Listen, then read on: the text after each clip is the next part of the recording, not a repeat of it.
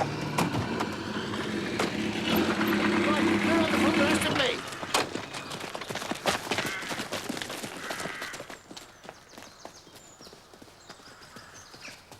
Jackson, you stay here.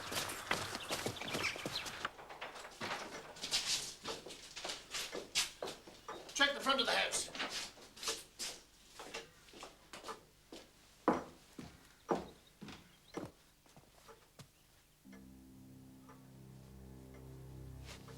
Sarge!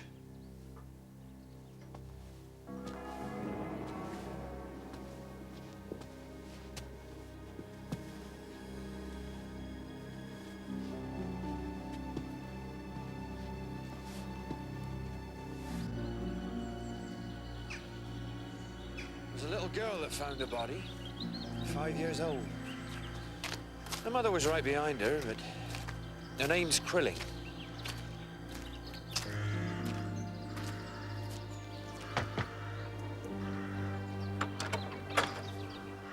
Mrs. Krilling, Detective Constable Peters and Detective Sergeant Wexford, Kings Markham CID.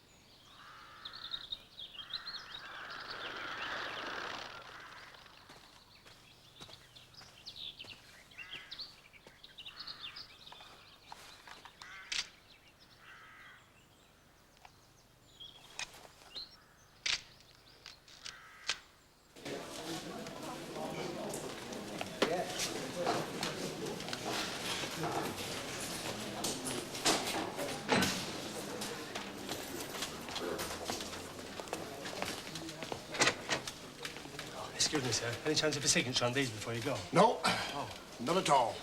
I've been trying to get mine for half an hour. Well, go on, put it on my desk. I'll see to them straight after.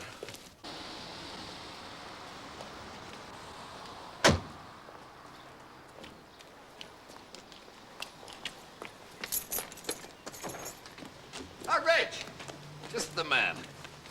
I'd like you to have a look at that.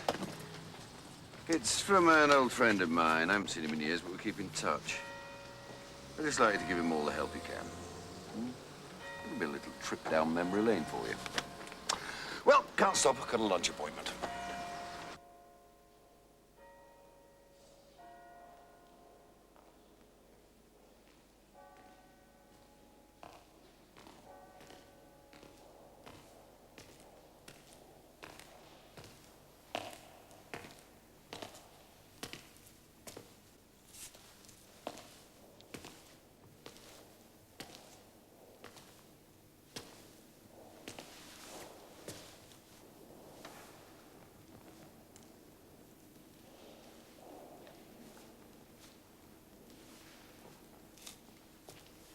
From Essex, the Reverend Henry Archery. And a very good friend of our Deputy Chief Constable. So somehow or other he's got influence in the Old Pals network. I dislike the clergy in general. And the vicars I've come across in particular have never been vicarious enough for me. They always want you to worship the God in them. Oh, dumplings. Had to order for you. They were closing up. You know me too well. Paint a case that this vicar wants to talk to you about. I'm sure I know the name. Well, you've got a very good memory if you do. Happened 30 years ago. Painter was an odd job man. He took an axe to his employer, a defenseless old woman of 90, battered her to death, and then stole £200. It happened in one of those big houses up the Stoughton Road. An ugly, sinister place. That's it. I do know it. We used to cycle out there as kids and dare each other to go into the grounds. So what on earth does a vicar want with a 30-year-old murder case? Oh, amateur crime writer, I imagine. Or his stipend isn't keeping up with inflation. You know, it's surprising how many of these clergy like to dabble on the dark side. The case itself, I mean, it's a big local sensation, but I don't remember it being remarkable in any other way. Well, it was remarkable for me. It was the first murder case I'd handled on my own. And it was remarkable for Herbert Arthur Painter. He was hanged for it.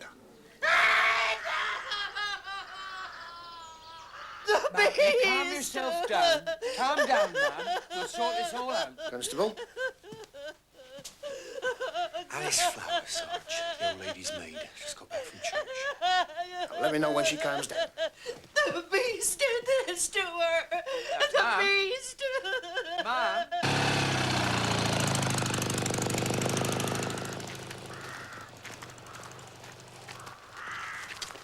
That's the shopping block. It had blood all over it. Right. Mark it and keep looking.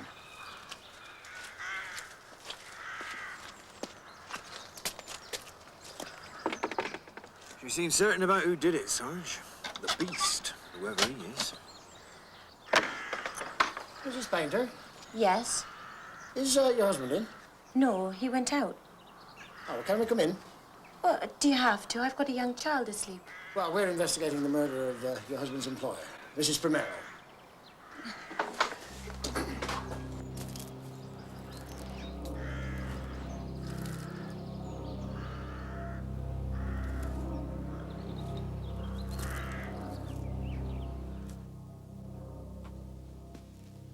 You looking out for somebody, Mrs. Painter? No, I just don't like the thought of the neighbours knowing the police are crawling all over me house.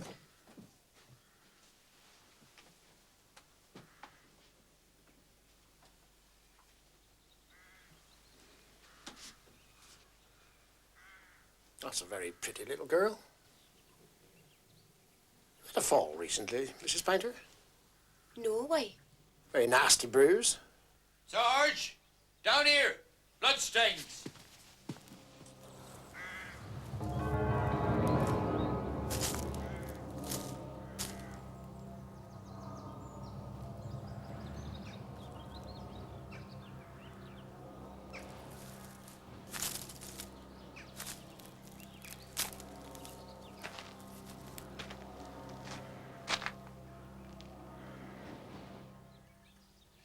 You tell me where these bloodstains come from, Mrs. Painter? What's all this then? Mr. Painter, Yes. Detective Sergeant Wexford. So? We're investigating the murder of Mrs. Primero. Can you tell me what you were doing between the hours of 6 and 7 this evening, sir? Why are you asking me? Sarge. Found this under the mattress. Must be £200 there. Hey! Sir, excuse me, sir. Yes. I'll get to it straight away. Now, look, I'm expecting an emissary from God. Show him in here when he gets here, will you? I'm sorry if I'm a little early, Chief Inspector.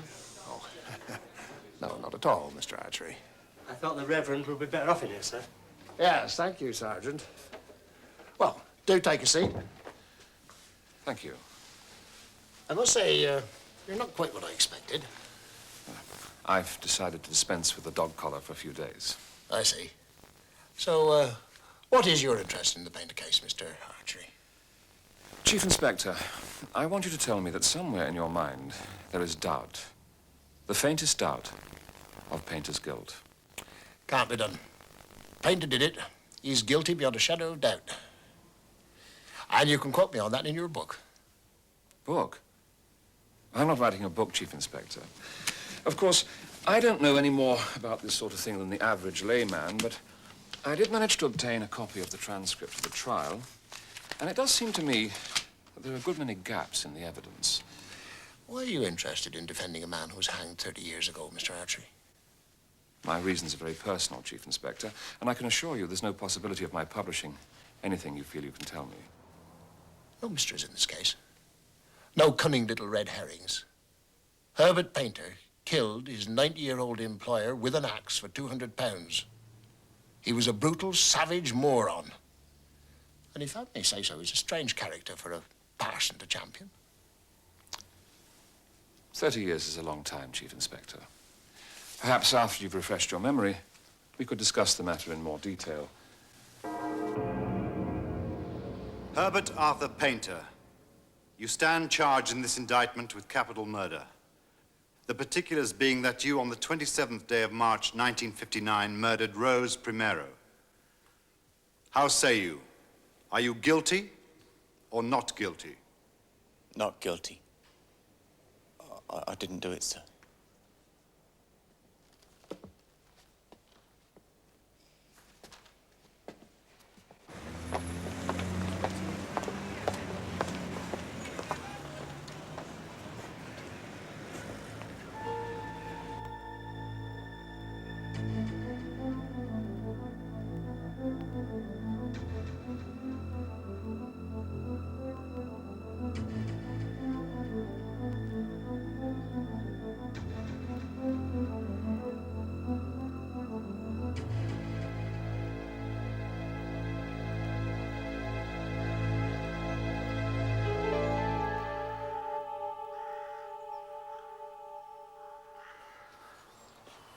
Mike, can we go now? This must be the room. Country walk, you said? Spontaneity, curiosity. Or the devious manipulation of a workaholic, hmm? Come on, have a look.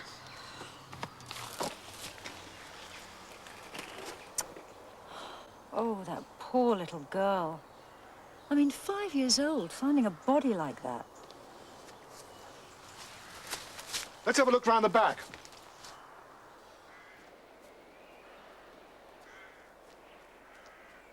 Why is this vicar interested, 30 years later? Anti-hanging lobbies, my guess. God knows what he hopes to get out of the Painter case. Well, he certainly won't get any help from you, will he? No, he won't.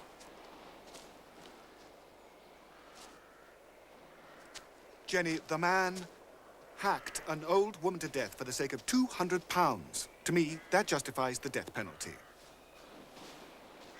Mike, there are just some issues you and I are not going to agree on.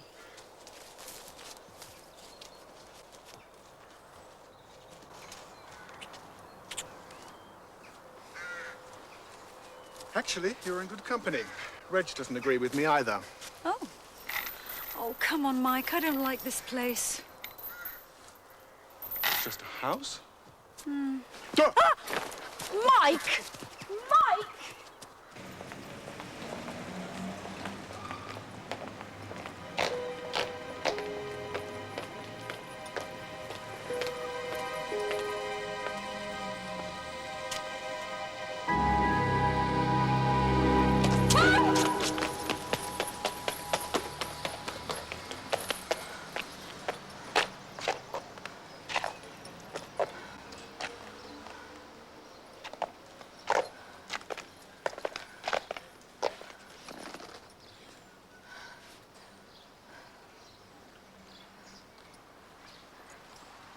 Well, I didn't expect Chief Inspector Wexford to welcome me with open arms.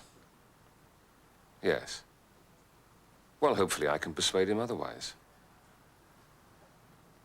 Yes. I was thinking exactly the same thing myself at breakfast. It must be 20 years since we spent the night apart. Well, no, I slept like a log, actually. Where would you like to start, Mr. Archery? Painter admitted that he was on bad terms with his employer, Mrs. Primero, because she refused to give him a rise. He testified that on the day before the murder, she sent him up to her bedroom to get the £200. It was a sort of one-off payment instead of a rise. I didn't believe it. Mrs. Primero wasn't the sort of a woman that'd allow her gardener to go rummaging about in her bedroom. If she hadn't got the money on her, she would have got a maid to get it for her. Well, reading between the lines, Mrs. Primero was a rather mean old woman. Perhaps she didn't want her maid to know her gardener was being given a bonus. There's no way that he could have got upstairs without the maid hearing him. Why not? Because he would have had to clump right past the kitchen where she was working. Then there's the question of the blood. The painter's defense was that he was covered in blood because he'd cut himself chopping wood. Now, he was the same blood type as Mrs. Primero, so that doesn't link him with the crime. Well, methods were not quite as advanced as they are now. But the link for me was the amount of blood. There was just too much blood to come from a cut on the hand. And also there was his raincoat, which was stained with blood and hidden under some bushes. A raincoat that he kept at the old woman's house. A coat that could have been worn by anyone and then later hid. Mr. Which Archer. leads on to his repeated assertion that he saw a tramp in the grounds earlier that day. Well, he was clutching at straws, wasn't he? If Painter went up to the wardrobe and stole the money after murdering Mrs. Primero, why wasn't there any blood on the inside of the wardrobe? Well, he wore gloves. We reckon that he stunned the old lady with the side of the axe, went upstairs, got the money, and when he came back, he finished her off in panic. Doesn't that strike you as rather odd? I mean, surely he must have realized he'd have been a suspect. He wouldn't have been that transparent. Oh, it was stupid. Some of them are. Plain stupid. Was he? Or is that your assumption of a man you really knew nothing about? Painter had a daughter. Yes, I remember. She was a little girl, about 5 at the time. Tess. My only son, Charles, wants to marry her. He's at Oxford taking his master's in modern grades. And you're worried about him marrying beneath him? On the contrary, Chief Inspector. The daughter of that stupid man, Painter, is my son's tutor. She's a fellow of Balliol. Are you sure she's Herbert Painter's daughter? Absolutely positive. She's a beautiful, intelligent, charming woman. When she told me about her background, she broke down and cried. A woman of her strength and maturity. You see, she knows her father was innocent. Married Irene a couple of years after it all happened, but I brought Tess up as if she were my own. She's climbed higher than even I expected. You've done a wonderful job. You really have. Mr. Archery, I know you haven't come down here for a cozy in-laws get-together, but I can't tell you anything that isn't public knowledge. Well, Tess told me that her mother knew something. Something that would prove Painter was innocent. So I believe. I've never asked her. Well, why not? The problems you have about stigma and hereditary traits are all a nonsense to me. I believe in taking life as it comes. You see, I don't care whether Painter were guilty or not. But I do. And so does your stepdaughter. I happen to know she's in a great deal of pain, but doesn't know how to tackle her mother about it. You see, there's a shadow hanging over my son's marriage, and it just shouldn't be there. That was Tess just after she was made a fellow of Balliol. Now, which cake would you like, Mr. Archery? This is most kind of you, Mrs. Kershaw. I'd really like to talk to you We'll about... start you off with a Dundee and see how you go from there, shall we? Do sit down. Thank you. Mrs. Kershaw, this is so difficult. And the last thing I want to do is to cause you any distress. But Tess told me that you knew something that could clear her father's name. I know it's something you've never felt able to tell her, and of course it's highly presumptuous of me to ask, but I really need to know. Sugar? No, thank you. I never talk of it, Mr. Archery. I prefer to let the past be the past. This is so painful. I promise you, if we can discuss it once, I'll never bring the subject up again. I've been over to King's Markham. Oh, I suppose it's been built up and spoilt since I was there. Such a long time ago. Please, tell me about Tess's father. He was no murderer. You'll have to take my word for it. He was a good, kind man who'd never have harmed a fly. But how do you know? How can you know? Did you hear something? See something? Now look what I've done. I'm very keen on a white wedding. Get your wife to back me up, would you? Mr. Archery, what's past is past.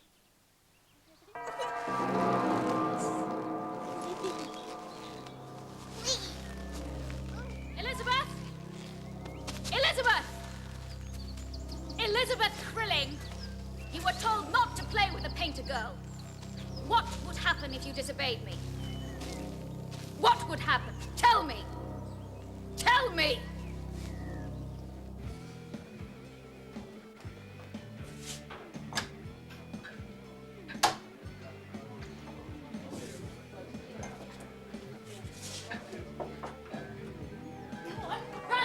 Run to Granny Rose!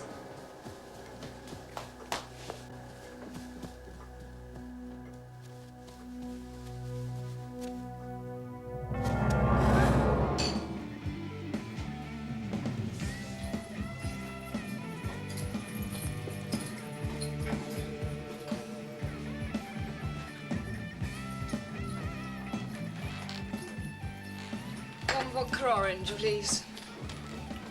Sorry, miss. We're closing now. No, you're not. We are to you.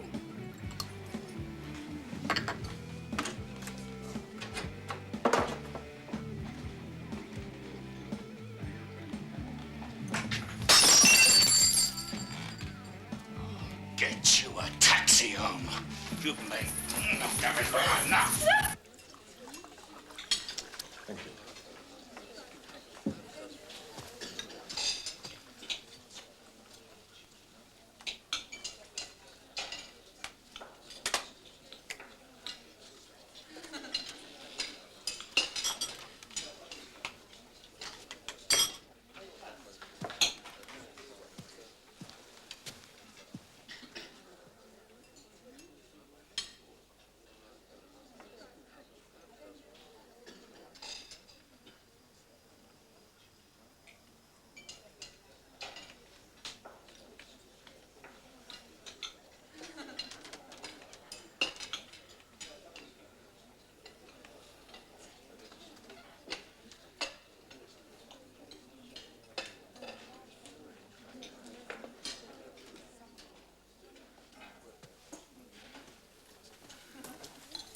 You look as if you need an ashtray. Thank you. Perhaps we could swap. You don't seem to have a flower. Thank you.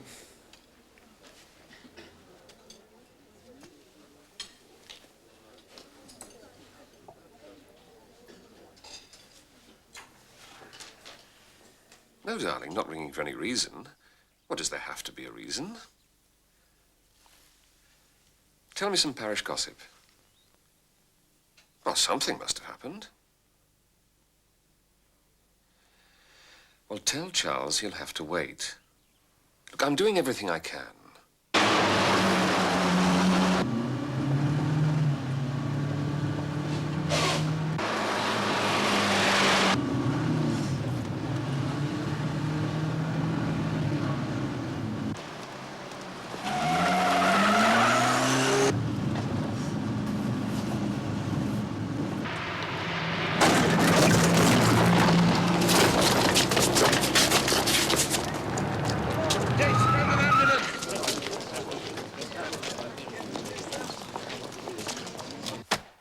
What did you expect, Mr. Archery?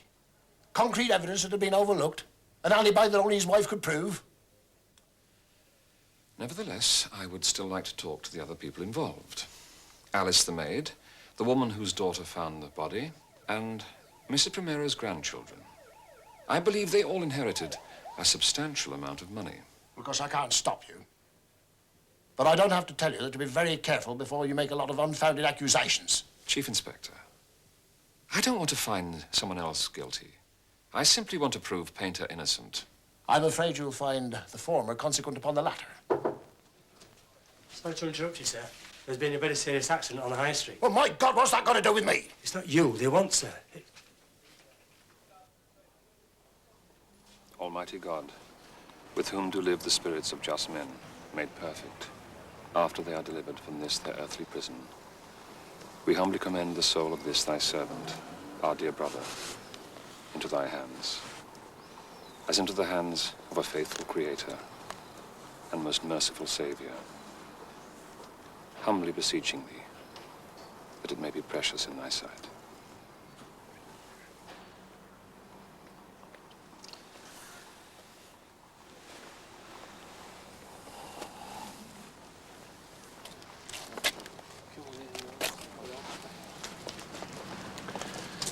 I'm sorry, sir, but he was calling for a priest.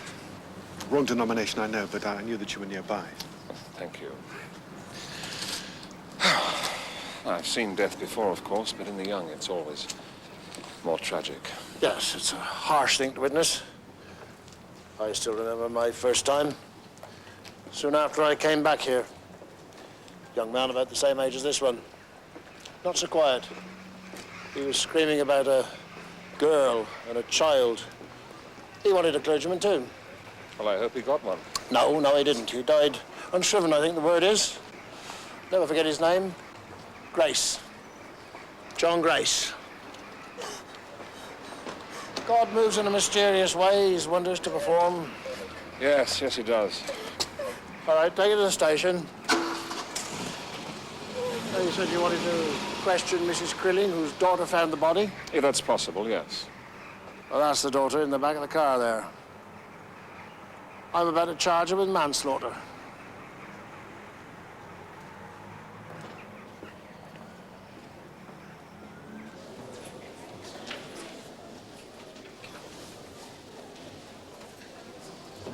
Oh, hello, Mike.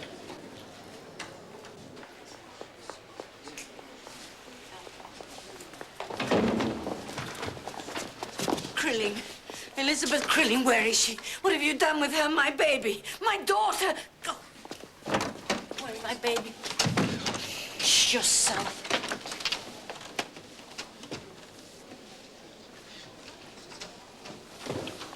For God's sake. Didn't she try to kiss you once when you were taking her to the funny farm at Staverton? Yes, she insisted we were going on our honeymoon. Actually, it's something I'd rather forget.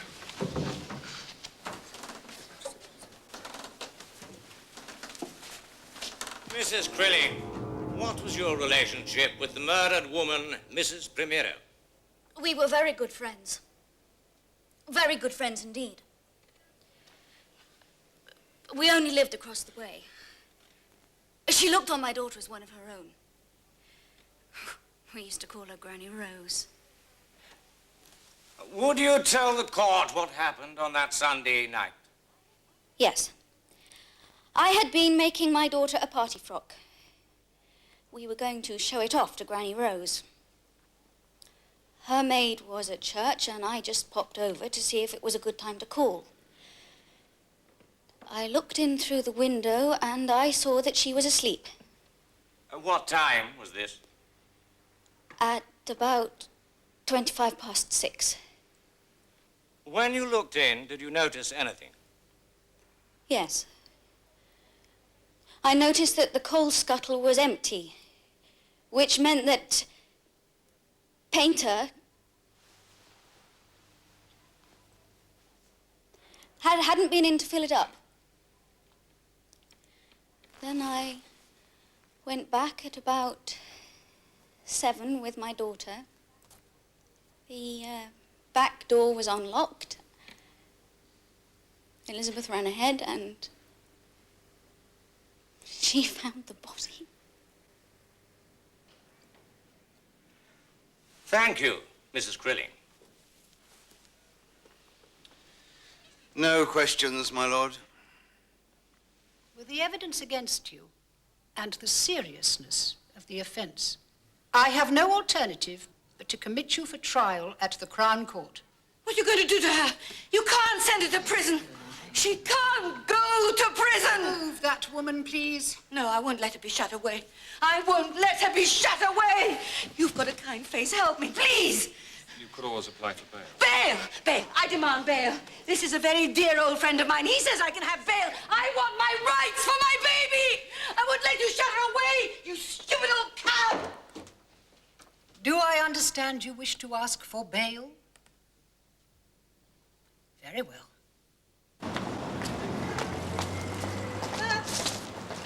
Oh, thank you.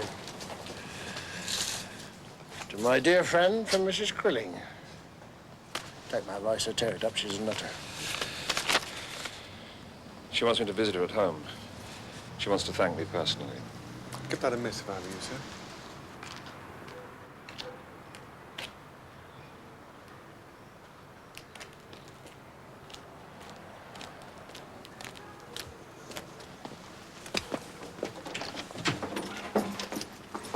What do you want? I saw your mother in court this morning. She asked me to come and see her. That was this morning. Well, go on in then, but I'd taken a rolled-up newspaper if I was you.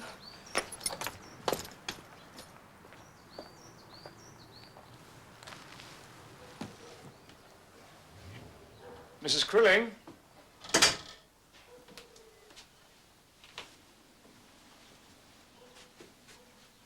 Mrs. Crilling?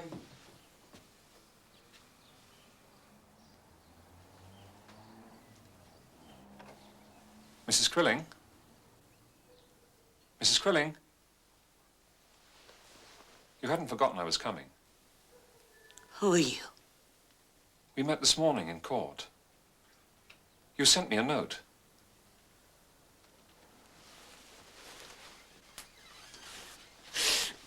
Oh! My tablets. Get me my tablet. No, no.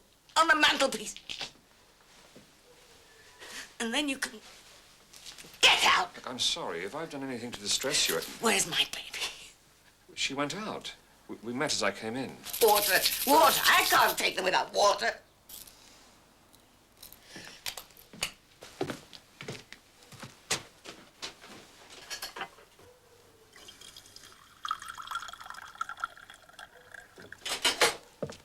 I know who you are. You want to take my baby away. I saw you with them. I saw you coming out of the court with them. No, Mrs. Crilling, you're confused. I'm the one who helped you. I can't let them get her in there. In prison. They'll find it out in there. Find out what? They'll find it all out. But I'll kill her first.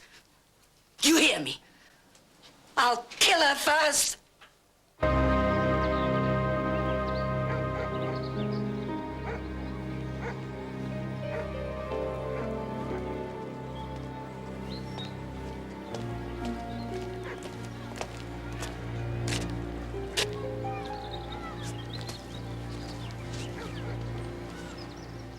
You're right, sir. Oh, hello. Inspector Burden, isn't it? Yes, that's right. I've just come from Mrs. Crilling's. She is a very strange woman. She didn't know me at first. Then she seemed to be in great pain. Then she forgot about it. Then there was this incredible outburst. I should have taken your advice. It's mostly in the mind with her, sir. Next time you see her, she'll probably be as nice as pie. She's up one minute and down the next. She. Fancy a cup of tea? Thank you. As far as I know, the father died young. Up till then, the Krillings were a perfectly respectable middle-class family. Then there was the murder, and the daughter grew up difficult. She was in and out of schools, to juvenile court when she was about 14, and she's been on the edge of trouble ever since, really. I wonder how much finding the old woman's body might have affected her. It's hard to say. Certainly would have helped if the mother had been more stable. She's been in and out of mental hospitals more than a few times. And the daughter had to be taken into care when that happened. I don't suppose I should be telling you this, but, Mrs. Crilling was very concerned that if her daughter, her baby, as she kept calling her, was sent to prison, I suppose it would be prison. Yes, it might well be. She was very concerned that she might blurt out some terrible secret. I wonder if it's got anything to do with the Primero murder. So much revolves around that raincoat and who wore it. I don't see why Mrs. Crilling couldn't have worn it and then hidden it afterwards. You say she's always been unbalanced. She had just as much opportunity as Painter. What would her motive have been? Mad people's motives are often very difficult for the sane to understand. Yeah, but she dotes on her daughter. In her own funny way, she wouldn't have taken the child with her. At the trial, Mrs. Crilling said she first went to the house at 6:25. But we've only her word for it. Supposing she went to the house at 20 to 7, after Painter had left, there would have been time for her to commit the murder. Then she could have taken the child there afterwards. Because no one would ever believe that a mother would take her own daughter to find a body she knew was already there. It's a terrible thought, isn't it? You've missed your vocation, sir. You should have joined the force. You'd be a superintendent by now.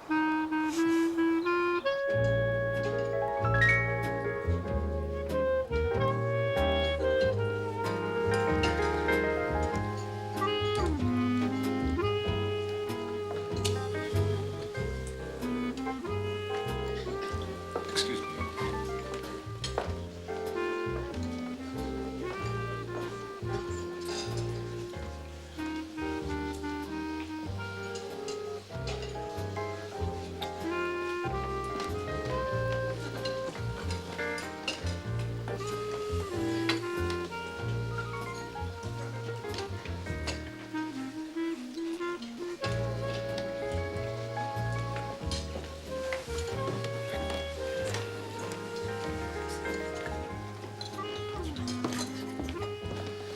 Oh, it's all right, Nobby. We're not doing a runner. I'm just taking these two good folks to the station. Have my bill ready for me when I get back and see my wife get some more coffee, will you? Certainly, sir. Thanks.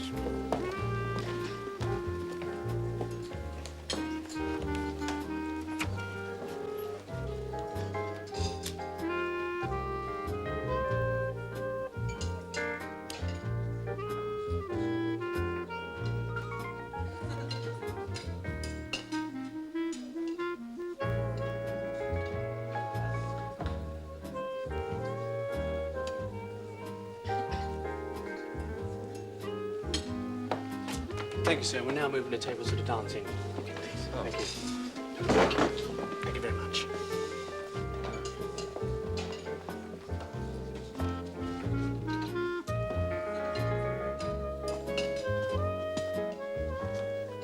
Thought you might need an ashtray. That's very kind. Would you like to join us? Thank you. Are you staying here long? Just for a few days.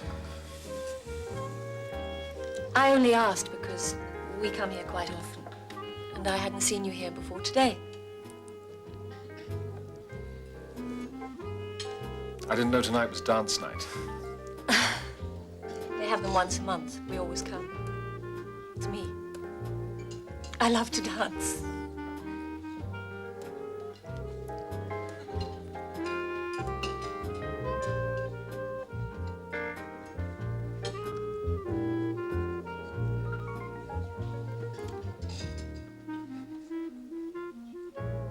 Would you like to dance now?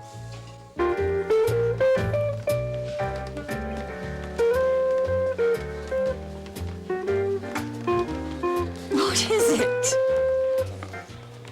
I just keep feeling I've seen you somewhere before. No, I don't think so. I would remember. Unless you don't read women's magazines. No. I read the Times. Well, I was in the Times once. Really? There was a High Court case, and someone mentioned my name. And the judge said, "Who is Imogen Ide?" And who is Imogen Ide? I was a model.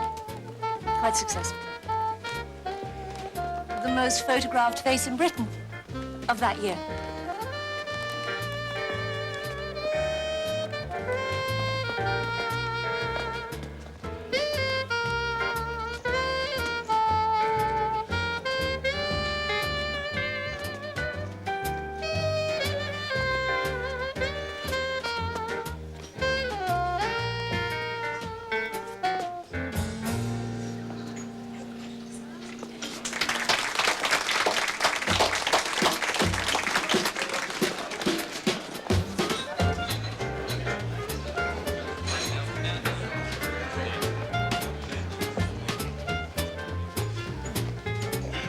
Who's that man with Imogen Ide? That is the Reverend Henry Archery. Oh, it's a tall the way you described him to me. You didn't tell me he was good looking. Oh, it didn't occur to me. Go on, have a coffee. Here's my husband back. Would you like to join us for the evening? If you've nothing better to do. No, thank you. Can I get you a drink? Thank you. I must make a phone call, if you'll excuse me. Good night. Good night.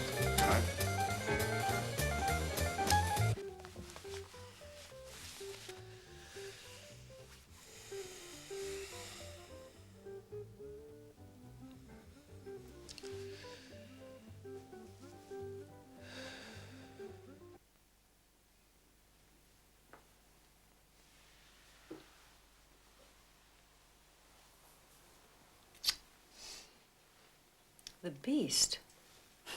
Not a very flattering angle. His widow described him to Archery as a kind, gentle man who wouldn't harm a fly. Where did all these come from? Chronicle Archives. Mike, do you think Miss Vickers onto something? No, I don't. Then why the fascination?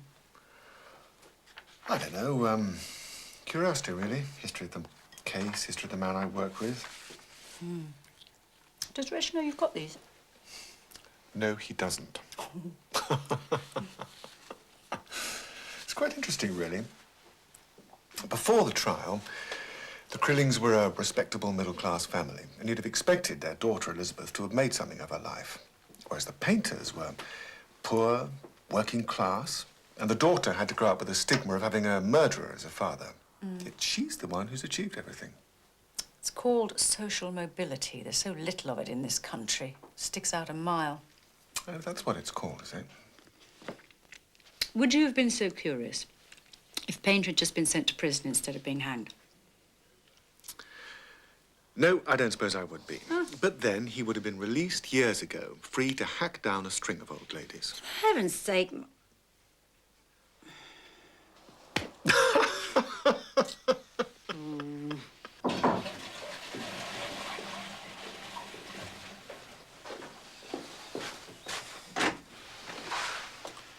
Tess. I'm sorry to surprise you like this. Oh, come in, come in.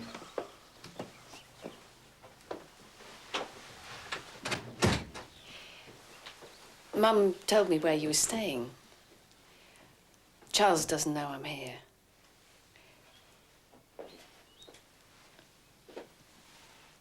I just didn't want you to hear over the phone. I've called the wedding off. When I get married, I want it to be a celebration. I don't see how that can happen if my background is on trial. Look, Tess, I'm sorry. It's all right. I grew up an outcast because of what my father is supposed to have done. I understand your reasons. Your love for Charles, even the kindness in trying to clear my name. Look, I haven't come up with anything concrete as yet. I just don't think it's as open and shut as they say. My mother has told me that despite what everyone thinks and says, that my father was a gentle, kind, loving man. Now, that's good enough for me. I have to believe it. I understand if it's not good enough for you. Have you spoken to Charles about this? I've talked to Charles about the wedding. He won't accept it. But then, that's Charles.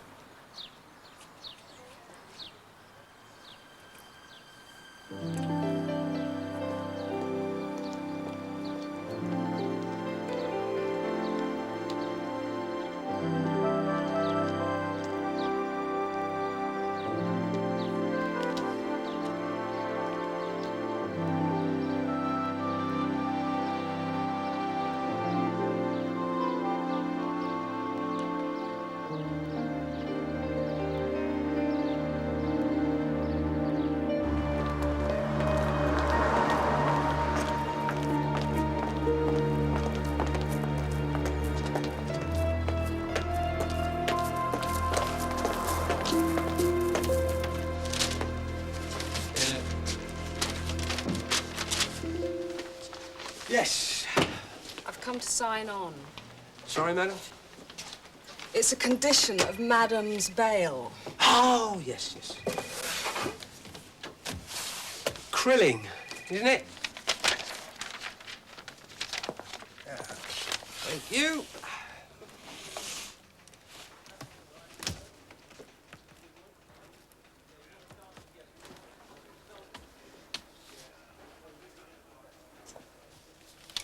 Thank you, miss. See you again tomorrow.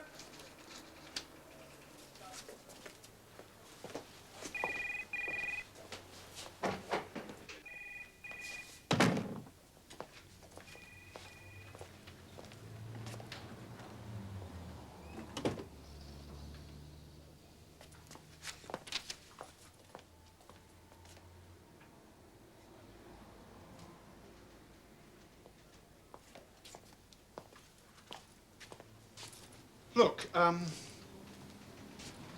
suppose there isn't anything in it. In what? That Liz Crilling has some deep secret that her mother doesn't want let out under third degree? There's just something about them. They make me feel uneasy. They're no different to our other customers. You look closely enough, everybody's got something that they want to hide. But perhaps this has got something to do with the painter case. Now that's enough, Mike. I'm not going to have any more of this. What are you trying to imply? That I made a mistake 30 years ago? No, of course not. You know I didn't mean that. I don't know. I don't know anything. All I know is that the painter case was an open and shut affair. Nobody's got a hope in hell of showing he didn't do it.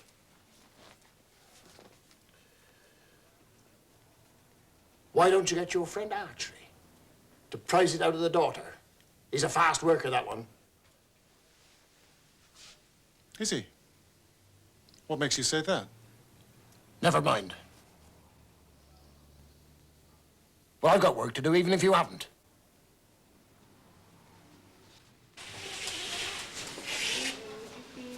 Oh, she can't move her hands, but her hearing's perfectly good. She can talk the hind leg off a donkey. Oh, yeah, she makes a good gossip.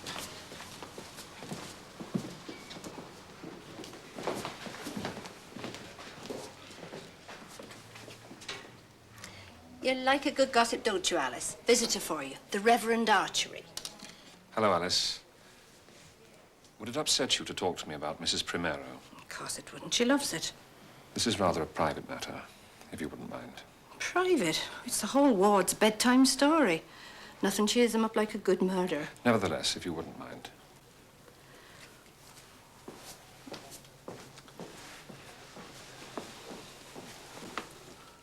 What exactly did you want to know, sir? I realize it's a long time ago, but anything you feel you can tell me about Mrs. Primero, her grandchildren, Mrs. Crilling, and, of course, Painter. I was scared of him, but I never let him know it. It was me that nicknamed him the Beast. Chief Inspector. I'm sorry, Mr. Archery. You'll have to wait. I'm on a call. I won't detain you. I wanted to let you know I've just had a very interesting conversation with the maid, Alice Flower. Mr. Archery, I don't know how to put this politely, so I shan't bother. But I'm fed up to the back teeth with your ridiculous inquiries. I'm sorry about that, but you'll have to listen to me now. Alice Flower has given me information that may well prove Herbert Painter was innocent.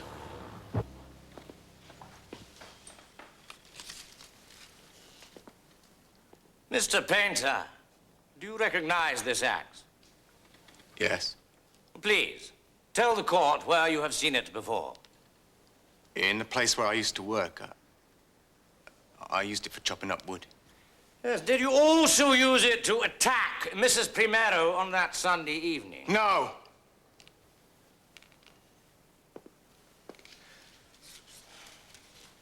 But let us go back to the day before the murder. Now, you admitted to the court that you had an argument with Mrs. Primero about your wages. You threatened to leave unless she gave you a rise.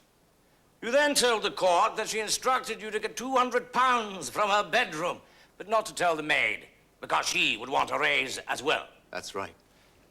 That's exactly what happened. Would you tell the court what you were wearing on your feet at the time? Carpet slippers, perhaps? No.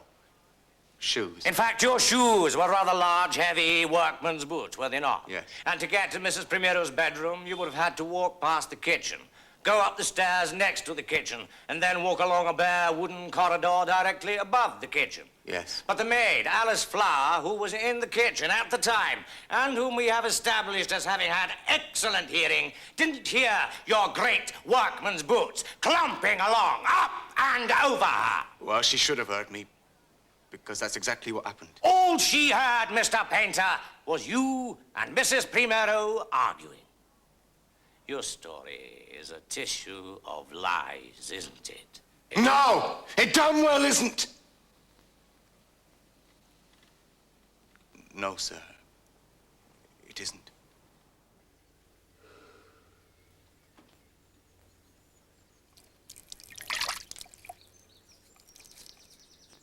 No, darling, I don't think it's a good idea for Charles to come over. Because I'm getting on very well on my own. The last thing I need right now is for Charles to come steaming in at full speed.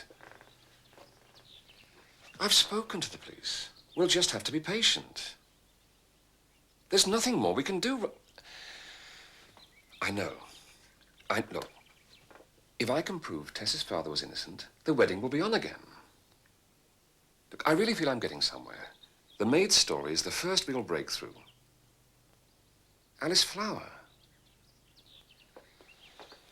Well, tell Charles he'll just have to be patient. Do you think he's uncovered something? I doubt it. Since I've said I'll give him every assistance, I'll go and see the maid. You don't have any nagging doubts about it, do you? That painter being hanged? No, you know my views about that.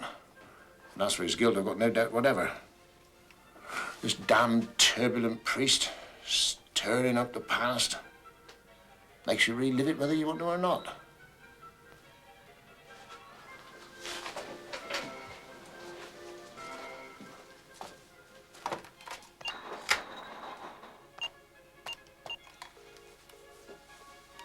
London number, please.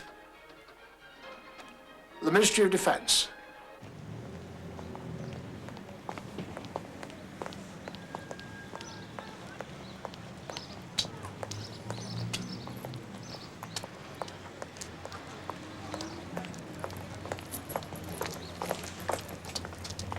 Good morning. Good morning. Lovely flowers. Yes. Would you mind opening the car door for me, please? Of course. I'm taking them down to Forby Cemetery. My husband's family has a vault down there. Very feudal. There's a lovely church there. Have you seen much of the countryside around here yet? Very little, I'm afraid. I'm fascinated by fonts and clerestories. It's my thing. I don't suppose that interests you at all. Quite the contrary, actually. I'll take a ride there this afternoon, if you think it's worth seeing. I'm going right now. Why don't I give you a lift? Well, thank you. I'd like that.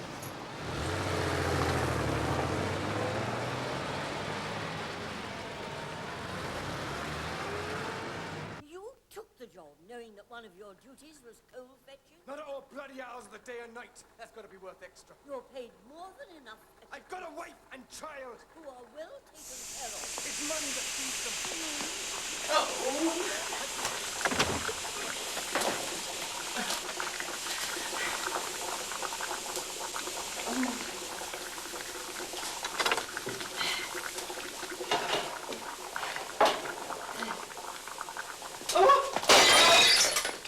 Don't see why this vicar's making such a fuss about a broken dish and a spoiled bit of lamb. I know, Miss Flower, but we didn't discuss it at the time.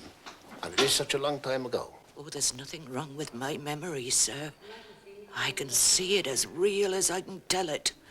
Do you suppose it would have been possible for Painter to go upstairs and into Mrs. Primero's bedroom while you were dealing with the mess, without you hearing him?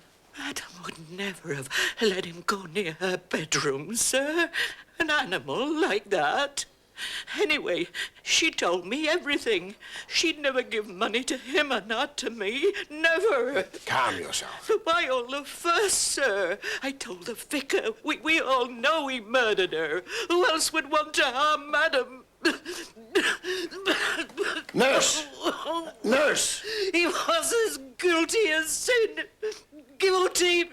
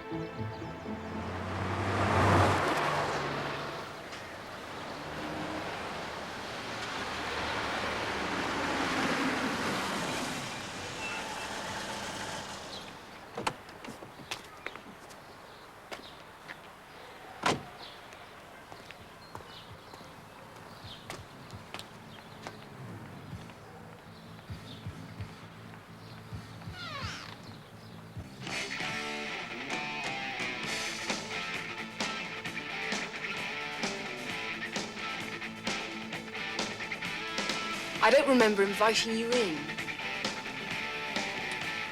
Do you mind putting something on?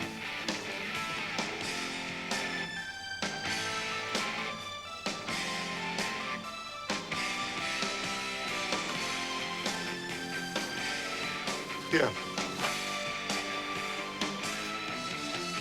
Where's your mother? I've no idea. Gone out. I'm not her keeper. Am I my mother's keeper? That's good, don't you think? Which reminds me, what's that clergyman doing here? Looking for a job? I phoned my firm yesterday when I got back from that bloody court, and they gave me the push. Got you lot to thank for that. What's on offer? What exactly are you here for? Are you lonely, Inspector? Got a light? No, I haven't.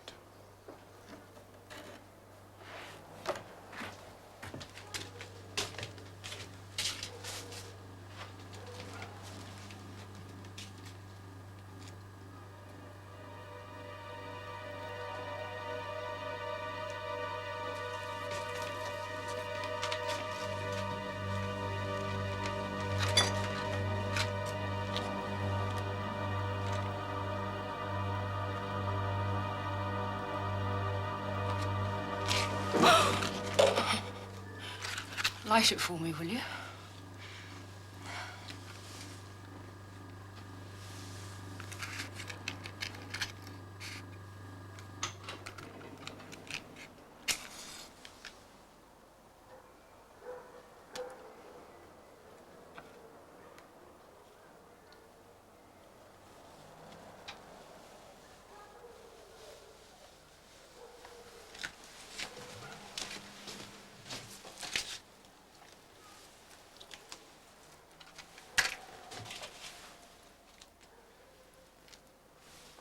Been ill, have you?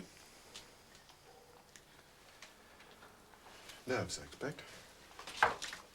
They're hers. Chronic back pain. Trapped nerve at the base of her spine.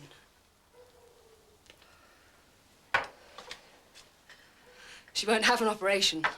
She just doses herself up all the time. She gets all sorts of junk.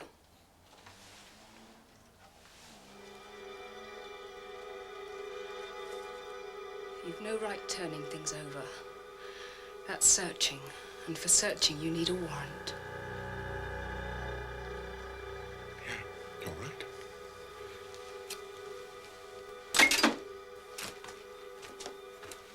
You never answered me about the clergyman. He's here because he knows Painter's daughter. Painter that killed the old woman? But that was years ago. I used to go over to the coach house to play with her. My mother never knew. She said Tess wasn't my class. I could never understand that. I thought, how can she have a class if she doesn't go to school? Mother was always with the old woman. Yak, yak, yak. There was nothing to do. No one to play with except Tessie.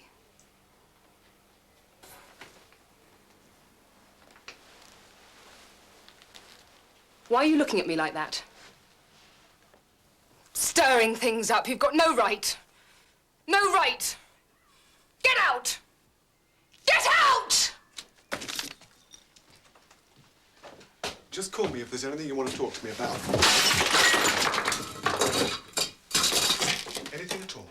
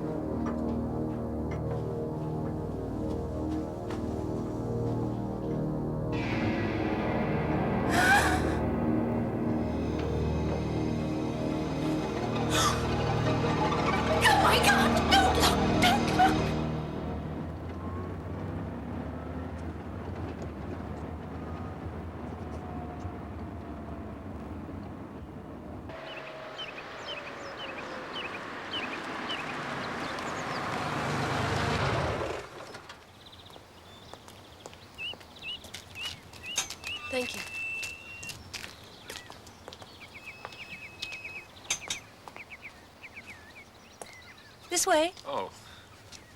You must never go widdershins round a church. It's meant to be unlucky. Would you like to see the leper hole? This is where they used to kneel. What it must have been like.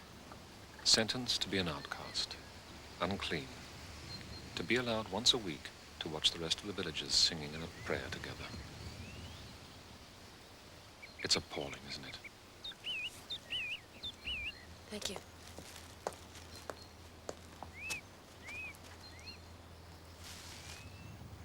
I'm going to put these on the grave now. So, why don't you have a little walk around? I won't be long.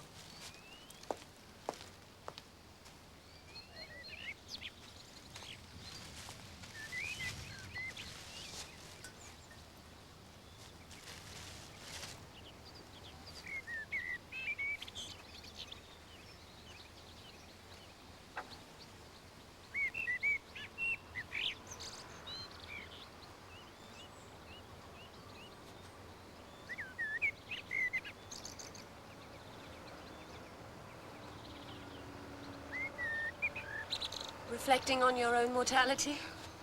No, a strange coincidence. Someone was telling me the other day about this young man's death. He was killed in a car accident. He was a poet, apparently.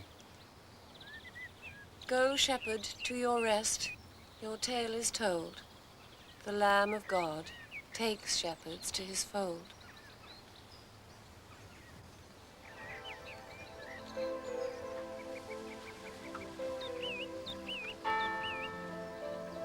Well, I must be getting back. I promised to phone my son. I'll drive you back.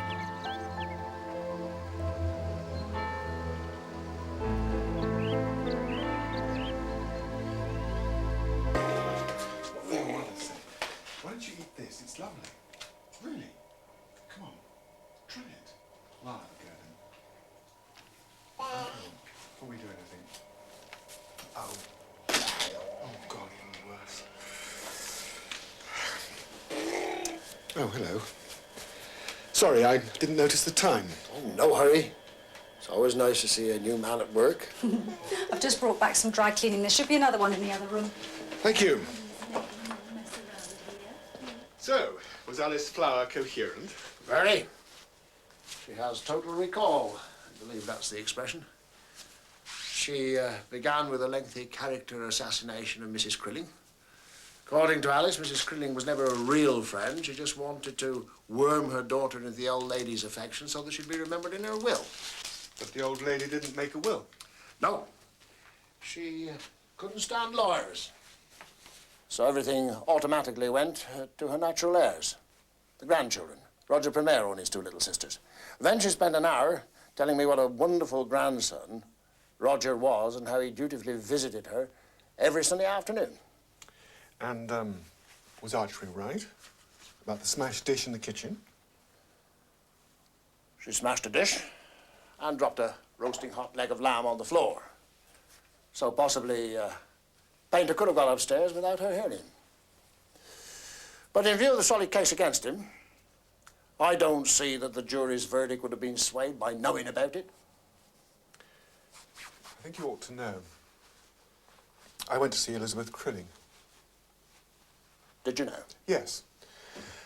Now, it's only a gut feeling, but I really do think that she is hiding something, something important. I would have thought that with your views on hanging, you'd be the last person that want to prove me wrong. Reg, I am not trying to prove you wrong.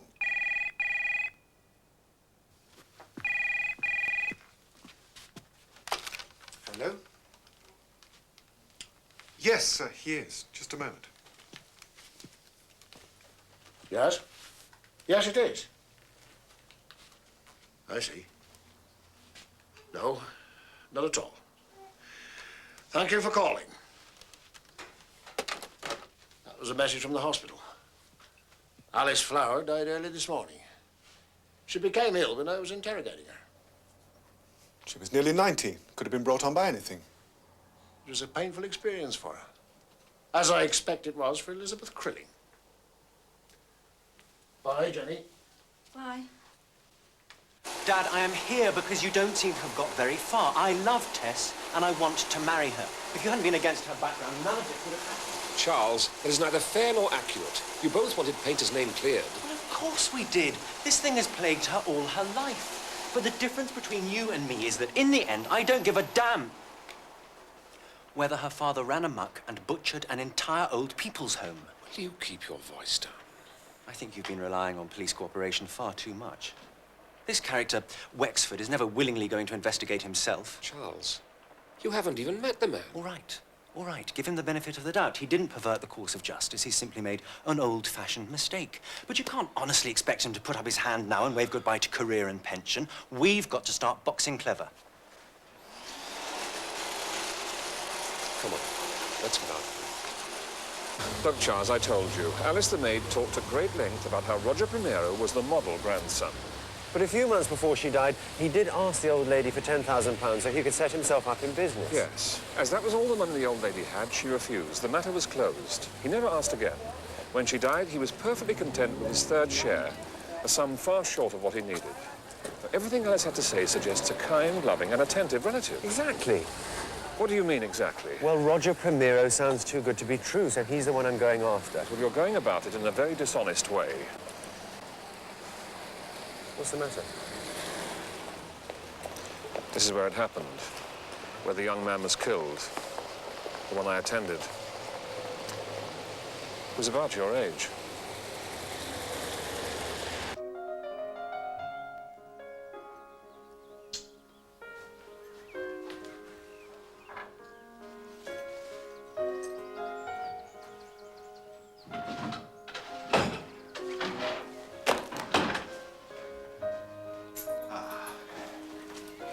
Where are you going?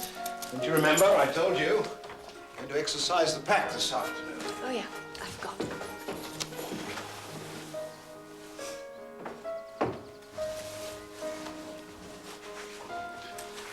You all right, darling? Yes, I'm fine. You seem a bit distant. No, I just don't get excited about hunting like you do. Oh.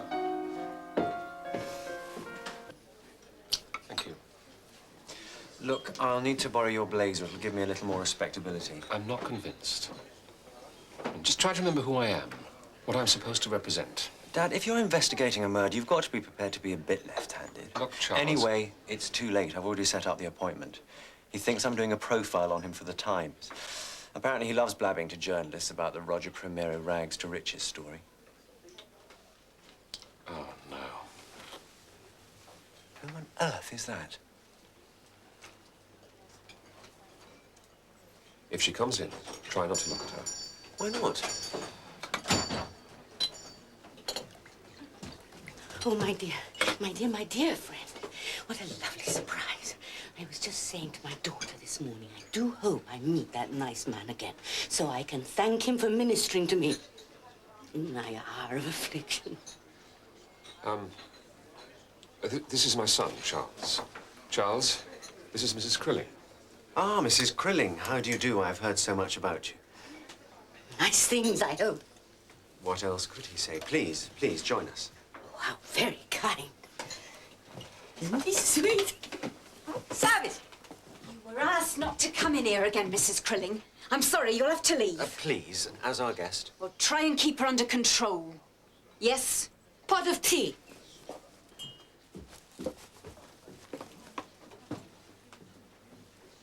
My baby is in so much trouble.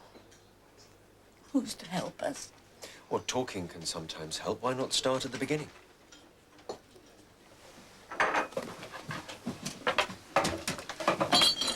Oh, my dear boy. You see, it could have been.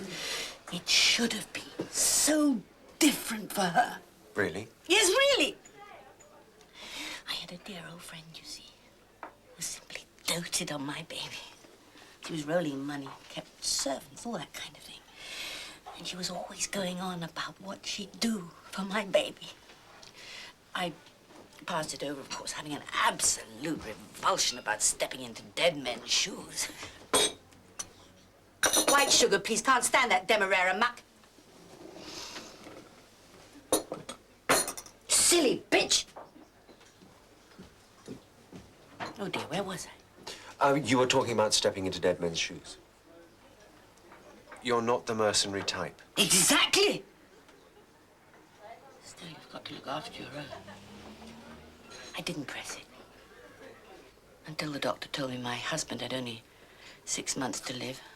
No pension, no insurance. I was desperate, absolutely desperate. So what on earth did you do? Well, I relented, of course, and I got the old lady a will form. Of course, I had to smuggle it past that crazy old maid of hers. She was poison. Undiluted poison. And it took me months to get the old lady to keep her promise and sign a damn will. A will? But she didn't have a will. Yes, she did. Let me tell this. It's my story. Go on, Mrs. Crilling. A week before she died, her maid got ill. So I thought I'd have a go again at the old lady. And this time, I hit the jackpot.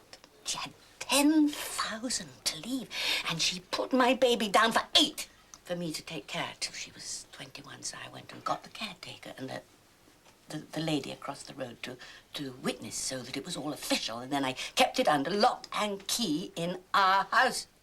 Well, that was a good start for your daughter, whatever misfortunes came afterwards. Whatever benefit my baby got was only from her dead father's family, and that was mean, cold charity. But what about the will? That bloody will, it wasn't legal. I only found out after she was dead. I took it straight round to the solicitors. They saw through it right away. She'd scribbled alterations all over it. She must have done it while I was seeing the witnesses out of the house. I thought we'd come up trumps when she died. The silly, stupid old cow! Why the hell did she have to go and alter it? Right, that's it. Out. Now. And you two. I saw you egging her on. Out. Well, there's the motive and the opportunity. And perhaps a madness that comes from living with an unconfessed crime. Well, I don't think you'll have to visit Roger Primero now. Oh, I don't know. Can't do any harm.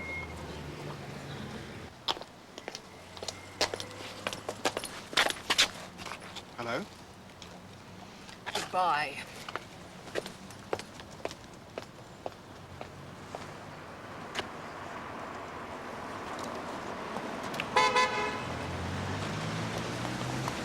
Bye.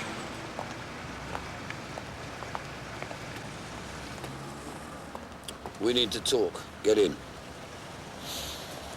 Drive around the corner and then get me a newspaper.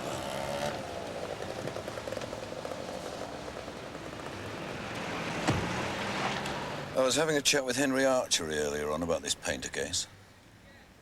Confidentially, I think it'd be a good thing if you took an interest. Really, sir? Why is that? Well, when it all started, I assumed, as I'm sure you did, that there was nothing in it, but... Well, skeletons in policemen's cupboards can reflect badly on everyone. Better we'd take care of it ourselves rather than another force comes in to do it for us. Hmm? Oh, thank you, George. All right, mate.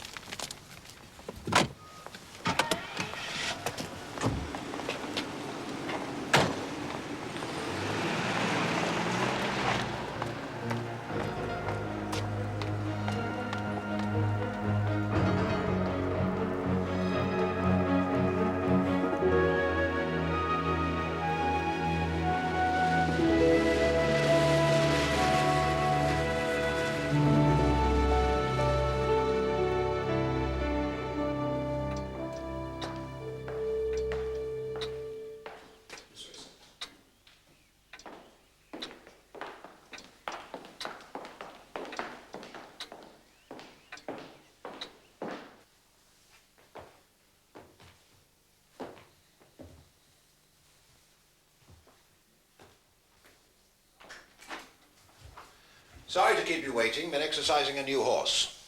Charles Bowman. Roger Primero. Interesting. So when Mrs. Primero was murdered, that Crilling woman still thought that the will was valid? Yes. Now, surely you have to consider her a prime suspect. Oh, we can't do anything. You realize that, sir?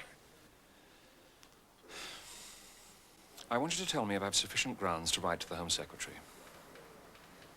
You don't even have any circumstantial evidence. I would advise against it. I think I shall write just the same. Well, you must do as you please, sir. Have you heard about Alice Flower? No. Passed away yesterday. A happily released, I dare say. Mrs. Primero's grandson was with her at the end. Yes. I believe he's been very kind to her. I hope you find the rest of your stay pleasant, sir. Have you, had a chance to see any of the country around here, sir? Yes, I went to Forby yesterday. I was in the churchyard. I happened to notice the grave of the boy the Chief Inspector mentioned the other day. Ah, John Grace, the poet. Yes, they're very proud of him in Forby. His picture was all over the town. He also wrote plays, it seems. Some people even regard him as a sort of religious mystic. My son knows his work. Does he now? I'm surprised that John Grace's fame has spread beyond the parish boundary, let alone to Oxford. Is your son helping you with your investigation, sir? Yes. He came down yesterday. He's rather desperate, I'm afraid. It's Tess's birthday soon. I see. He hopes to give her an innocent father as a present.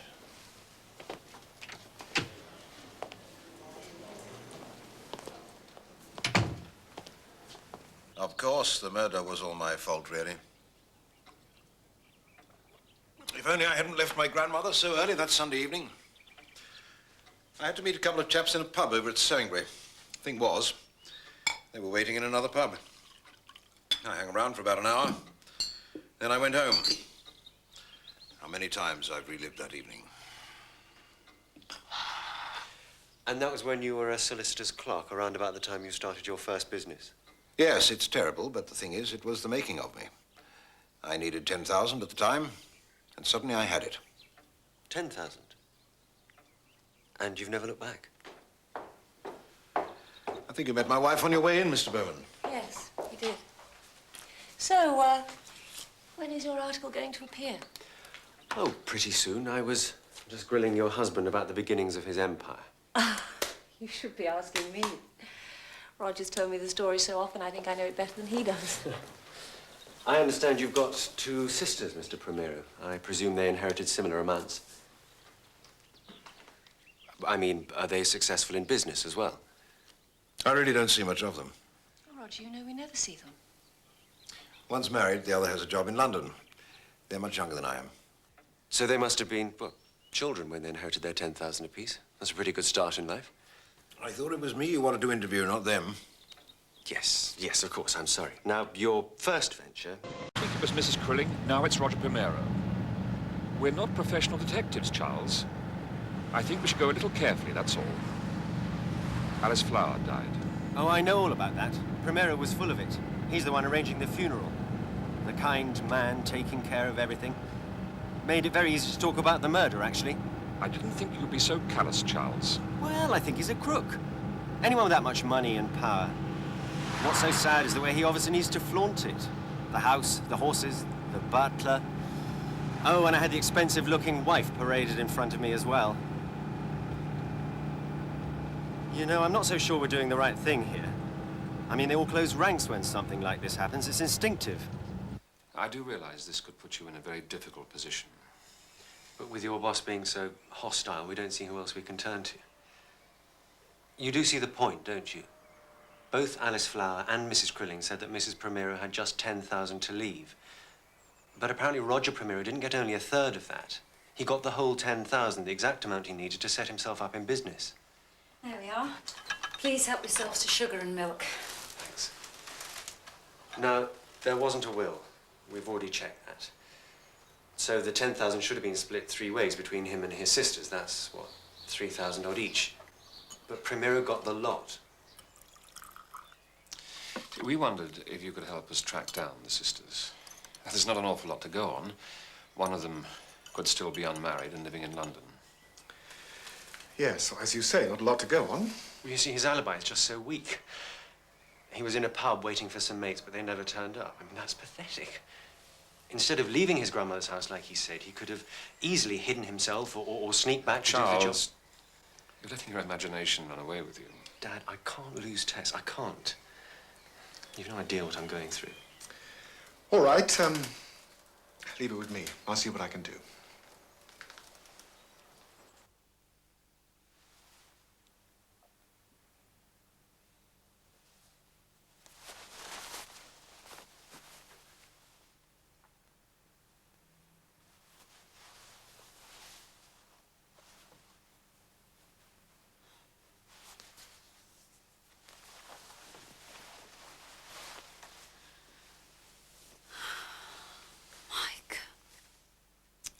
Keep turning it over and over and over.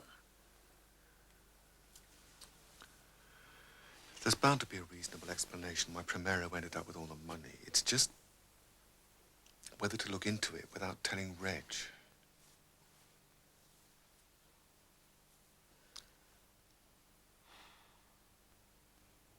Well, I suppose you could argue that you knew he was fed up with it all.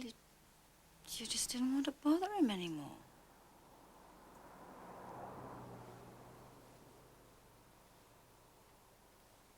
I could.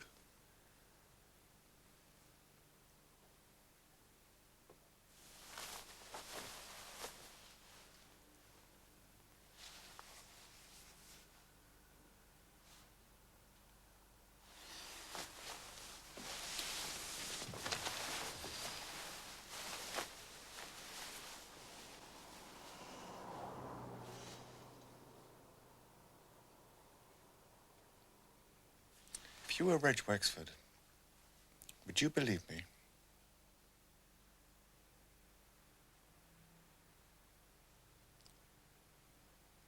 No. Me neither. Guilty or not guilty? Guilty of capital murder. Is that the verdict of you all? It is.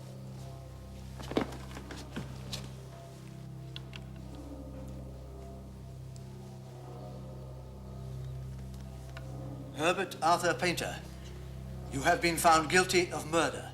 A murder most foul, callous, and brutal. There is no place for your kind in a decent, lawful society. You shall be taken from here to a place of execution, and you shall be hanged by the neck until you are dead. No, as God's my witness. May the Lord have mercy on I'm you. innocent. I didn't do it. Oh, man. I'm innocent, I tell you, I didn't do it. I didn't do it. I'm innocent, I tell you. I didn't bloody do it. You can't kill me, I didn't do it. I'm innocent, I tell you. You bastard. Reg?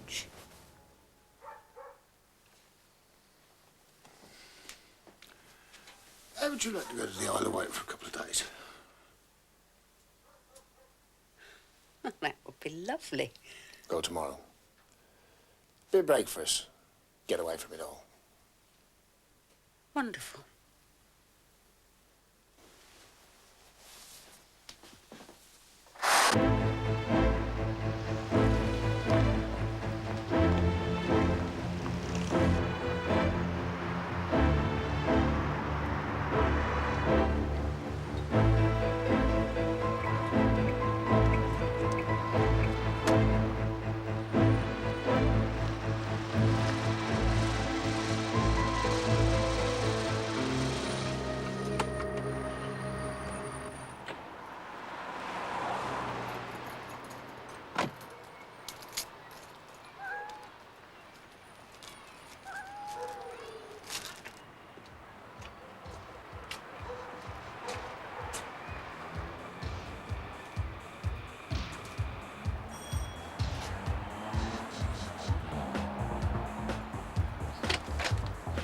Miss Primero? Yes? Inspector Burton. We spoke on the phone. Ah, yes. How did you find me? In the phone book. There aren't many Primeros, even in London. And luckily you hadn't married. Lucky for you, lucky for me. My sister's married. She's in there, escaping from husband and kids. She only lives across the way. Do have a seat. Thank you. So, what do you want me to tell you? All of this happened when I was about 7 years old, you know. Yes, I understand that. Just, whatever comes to mind, really. Well, I remember old Granny Rose lived in a big old rented house. I think the family lost most of their money some years earlier. We went for tea a few times. It was a dark, horrible place. I remember being afraid to go to the bathroom on my own. The maid used to have to take me. I never saw Painter, if that's what you're after. Well, there was a child we used to play with. Elizabeth, her name was, and Painter had a daughter, but Grandmother said she was common. We weren't to have anything to do with her. I'd quite like to have nothing to do with the people around me now. My sister Isabel. Oh, the policeman. Have a seat. Why all this fuss about something that happened 30 years ago? We're just trying to make absolutely sure that justice was properly done. Yeah? Well, it certainly wasn't done to us. I'm sorry? Nothing. Doesn't matter. I haven't spoken to your brother Roger yet. Neither have we for the last 25 years. You had a falling out? Our grandmother left £10,000. It should have been split 3 ways. It wasn't. Roger got it all. You see, in law, he was perfectly entitled to it. Mind you, it would have been a different story if our grandmother had died a month later. I don't quite follow you. If you saw our brother, you would. Do you see any resemblance between Roger and us? No, not at all.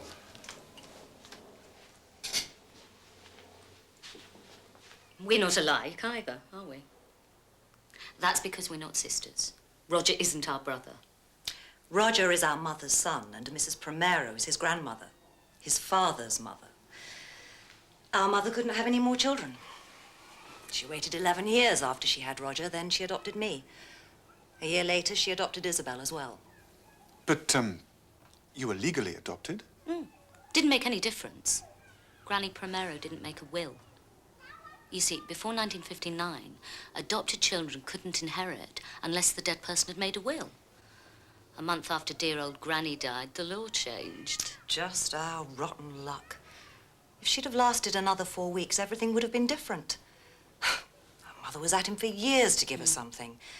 He made vague promises. Oh, yes, but smart, sharp, greedy Roger kept the lot. Would you like some coffee, Inspector? Yes, thank you.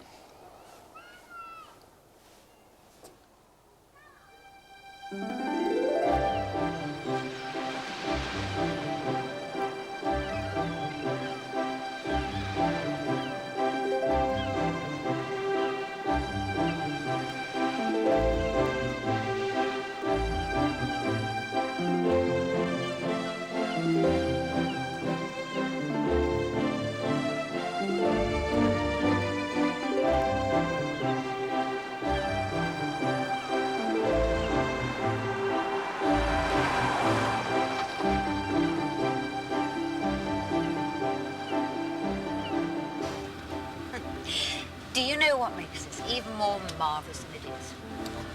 We're playing hockey. Nobody knows where we are or what we're doing. There will be no midnight calls about some grisly murder. Nothing like a surprise to keep a marriage fresh.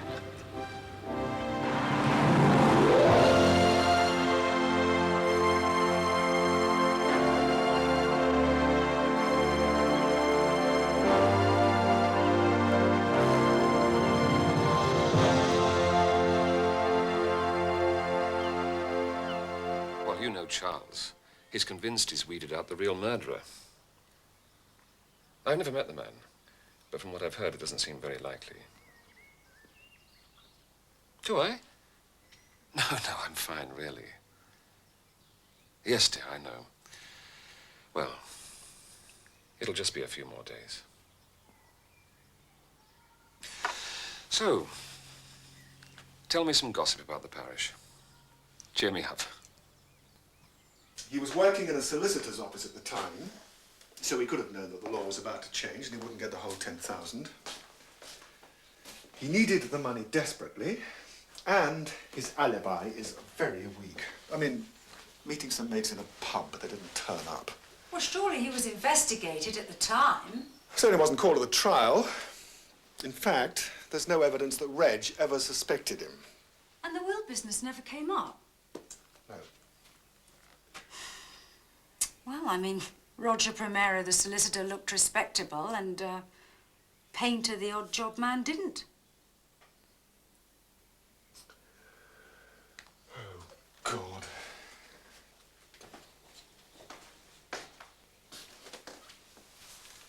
Anything but this. Mike, no one is infallible, including Reg Wexford.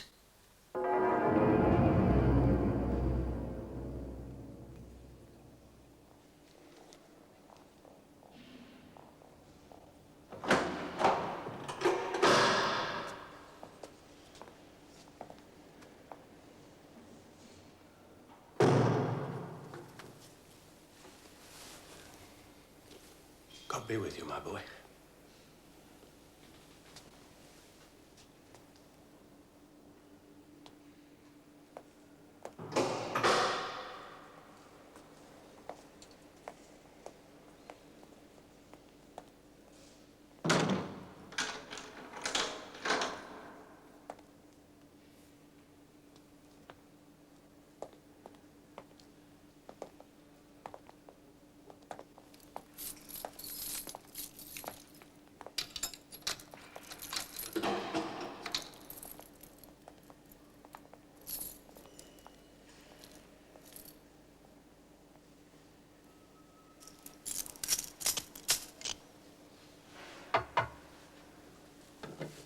Will it hurt?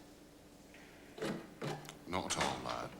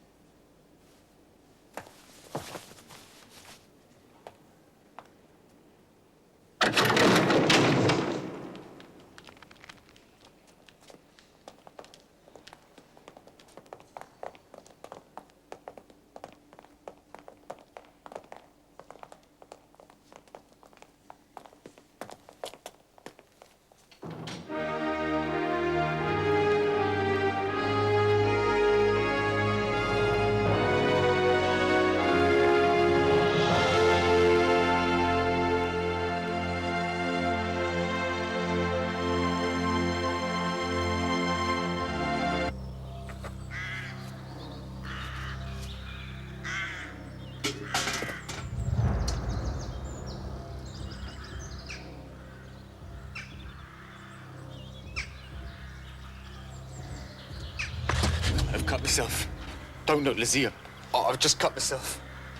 Well, go on. Run, run, run to Granny Rose.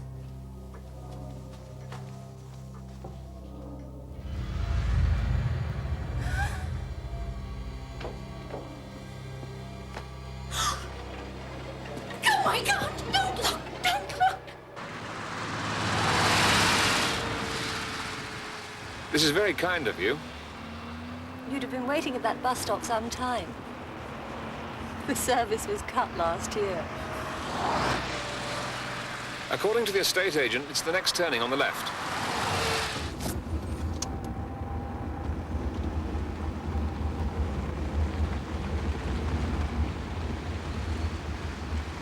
Are you sure this is the house you want to see? I'm positive. I can't believe you're interested in buying this place. Well, it's more curiosity, really. I see.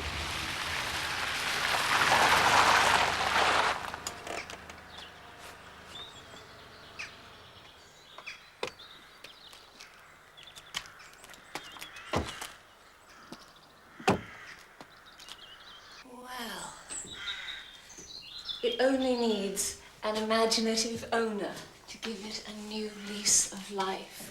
Do you know, I have heard about this place so often, I always wanted to see it inside. This is the kitchen.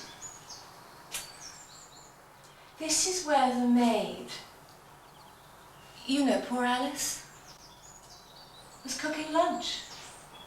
You know about the murder, then? Oh, absolutely off by heart. And if that's there, where is the room where it all happened?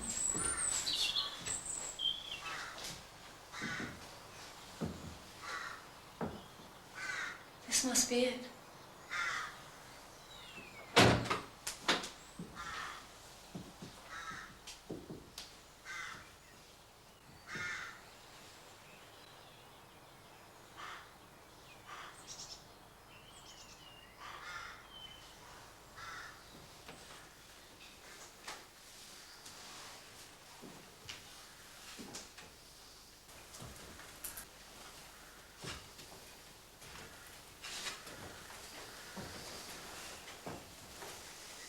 So,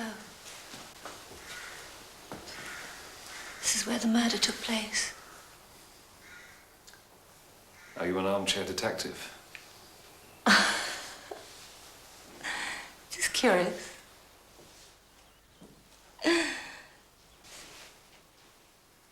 You're very like your son. Or he's like you. It's the jaw. Or the eyes.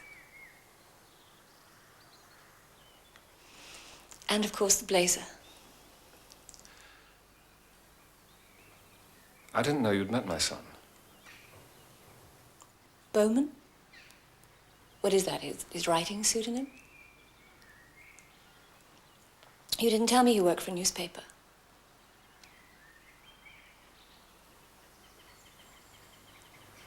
Where did you meet him? He came to interview my husband. He was doing a piece for the Times. Your husband is Roger Primero. Yes. What's the matter? But I thought your name was Ide. Ide? Primero? What's in a name? The relative whose grave you put the flowers on. That was Mrs. Primero. Your husband's grandmother. That's how you know about the murder. I've been such a fool. Forgive me. For what? Ide is my maiden name. I kept it for modeling.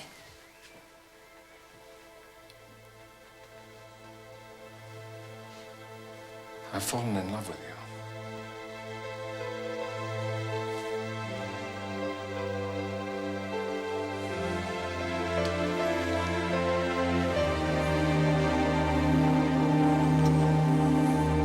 This was the first one I used in anger. This was the first one to go into the collection. Still, you didn't come over here to play with guns, did you? Now, this is the problem of keeping one's whole history. And 50 years is a long time. Right now, I copied everything out when the Defense Ministry told me you might be, told me you might be coming over here. Here we are. Name, Herbert Arthur Painter, rank, private, number 110173. So those are the notes that I got ready at the time of the trial. I thought I might be called as a character witness, as I'd been his commanding officer at the time. I mean, that was the usual drill. It was bothering me why the defense didn't call you. Oh, well, you read that. You'll soon find out. Oh, now, come on, Dora. Oh, no work. Just the two of us playing hooky. A spontaneous weekend away. Well, it was. It still is. I just popped in to collect some papers. We want too bad a lunch? Wasn't it? I don't think I've ever eaten bully beef before. And it was the way his wife flinched every time he shouted bang.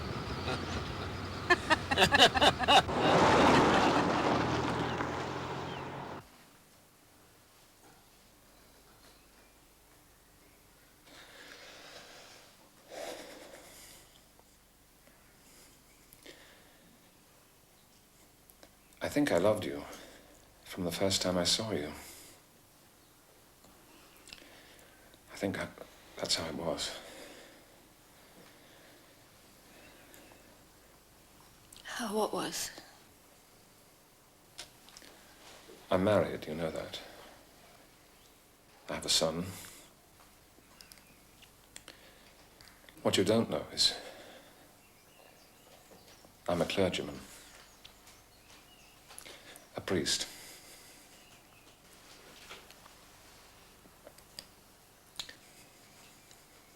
Why didn't you tell me? I've got no right to love you. Who you are. What I am. Why didn't you tell me? You were a priest. I'm sorry. I wouldn't have cared. Please, I think you should go now. Please. Go now.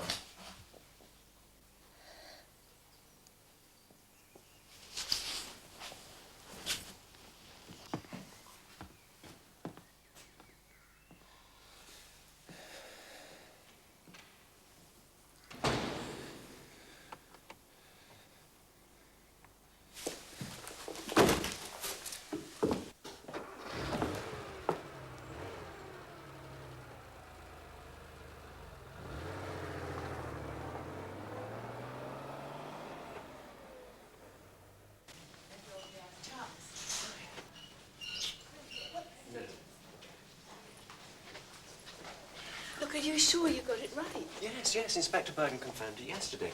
Roger Primero had a definite, strong motive. He also had an open opportunity and a pathetic alibi. It must be enough to reopen the case. What an amazing birthday present. Yeah.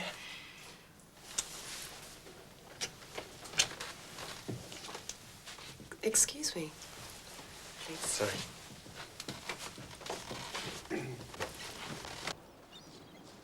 So, was it worth a visit?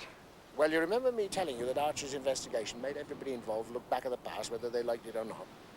Well, there's been something niggling at me for the last 30 years. It wasn't so much Painter, it was his defense counsel.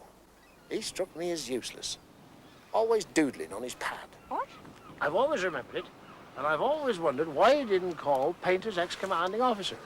Was it incompetence, or did he know that Painter's army background wouldn't do him any favors? And? Well, there was a list of minor charges, drunken disorderly, that sort of thing. And then there was a manslaughter charge of a young woman in a village when he was out in the Far East. Well, he was found not guilty, but it doesn't make pretty reading. The man was an animal. He killed the old woman. No doubt about it, in my mind.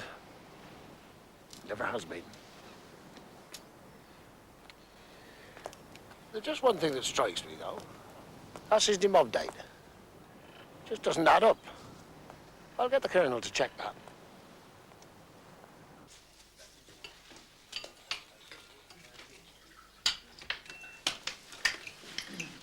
There you are. Morning. So where did you get to last night? I couldn't find you anywhere. Did you check out the house? Yes. And? Well, if he wanted to, there are places Roger Primero could have hidden instead of going out the front door. Well, that's great. So, why are you looking so glum? Am I? Sorry. I didn't know I was. Look, I've found out that this Wexford character doesn't get back until this afternoon, so I've arranged a meeting for 2 o'clock. In the meantime, Tess and I thought we'd go for a drive in the country. Why don't you join us?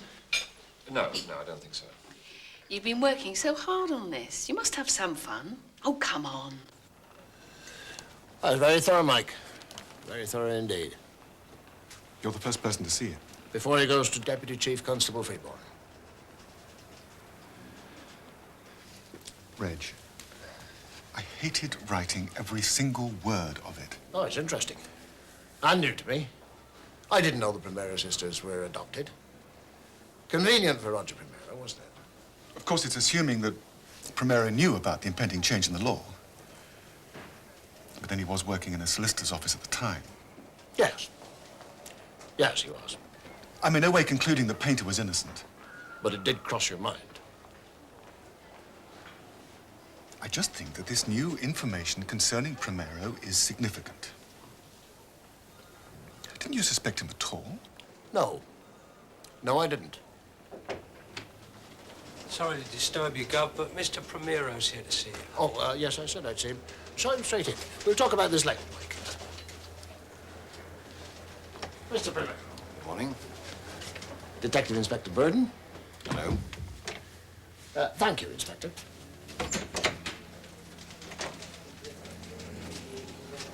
Later then. I'm in court till this afternoon. Well, take a seat. What can I do for you, Mr. Primero? Capture con man. Nasty little jerk posing as a journalist. Mind? No, not at all. This joker rang me up. Said he was from the Times. Wanted to do an article about my early life. Well, I gave him a hell of a long interview and even had lunch with me and my wife. And then you thought about it, rang up the Times and found it didn't exist. How did you know? It happens. I'm surprised at you, sir. A man of your experience. The time that you should have rung the newspaper was when you first made contact. I feel so stupid. No money changed, has it? No. I don't feel that stupid. That's what I don't understand. What was he after? Well, a con man will often go after a man like you, sir. Rich, successful, and in the public eye. Because he knows, and you mustn't take this personally, sir, that most people, even law-abiding citizens, have something in their past lives that they don't want to have known. Perhaps he was trying to find something to blackmail you with. Or perhaps you were just crazy. Seemed nice enough. Good-looking, well-educated. In fact, my wife was quite taken with him. I haven't mentioned this to her yet. It might upset her. Called himself Bowman. Charles Bowman. Charles? Funny thing was, he seemed particularly interested in my grandmother. Was he? Yes, well, I wouldn't trouble yourself with this anymore, sir, if I was you. Well, you think he's a nut? Well, he's harmless anyway. But I'll see that it doesn't trouble you again. He will. Thank you for your time. Oh, off to a funeral. Poor old Alice. Oh, yes.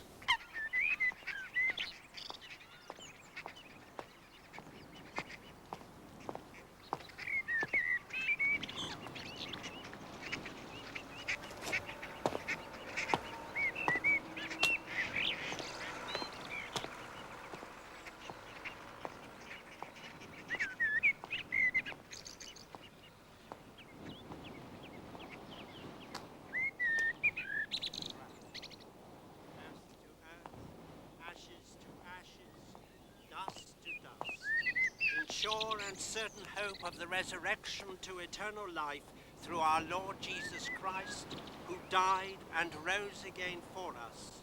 To him be the glory, forever and ever. Amen. Dad, what on earth are you doing? You lurking about? There's a funeral just finishing. We've been looking all over the village for you. Come along. No, Charles, wait a minute. What for?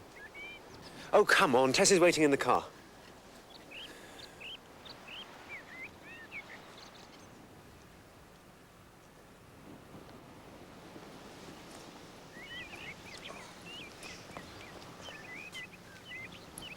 Well. And who are we today, Mr. Bowman? Roger? You recognize him, darling? I'll need you as a witness. What? Witness?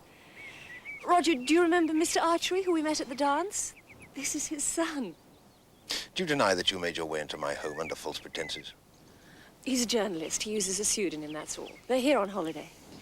I'm afraid that's not quite true, Mrs. Primero. My father and I came down here with the express purpose of collecting certain information. And in order to do that, we had to work our way into your confidence. Okay, maybe we've been a bit unscrupulous, but we thought the end justified the means. I'm afraid I don't understand. What the hell is that all about? What information? Don't tell me here. You come down with me right now. We'll lay out your information in front of Chief Inspector Wexford. You should already have it. And at our meeting with him at 2 o'clock this afternoon, we'll find out exactly what he intends to do about it. Come along, Charles. Inspector Wexford now knows just how convenient it was for you that your grandmother died when she did, and how you used the law to cheat your sisters out of their inheritance. And how on that evening 30 years ago you concealed yourself in your grandmother's house and murdered her. You're out of your mind. That's enough, Charles. This is ridiculous. This is plain ridiculous. It's horrible. Let's go home, darling.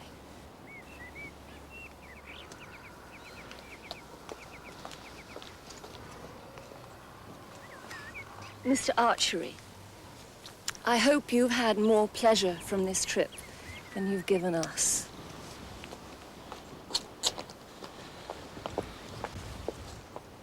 Guilty, guilty, guilty. I suppose by pleasure she means the free lunch they gave me, the cheapskates. Did you notice how she couldn't even look at me?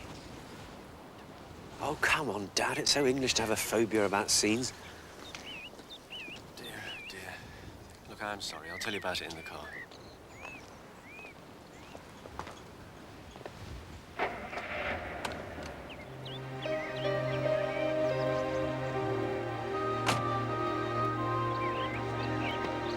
I've read Inspector Burton's report, and I've had time to reflect on it.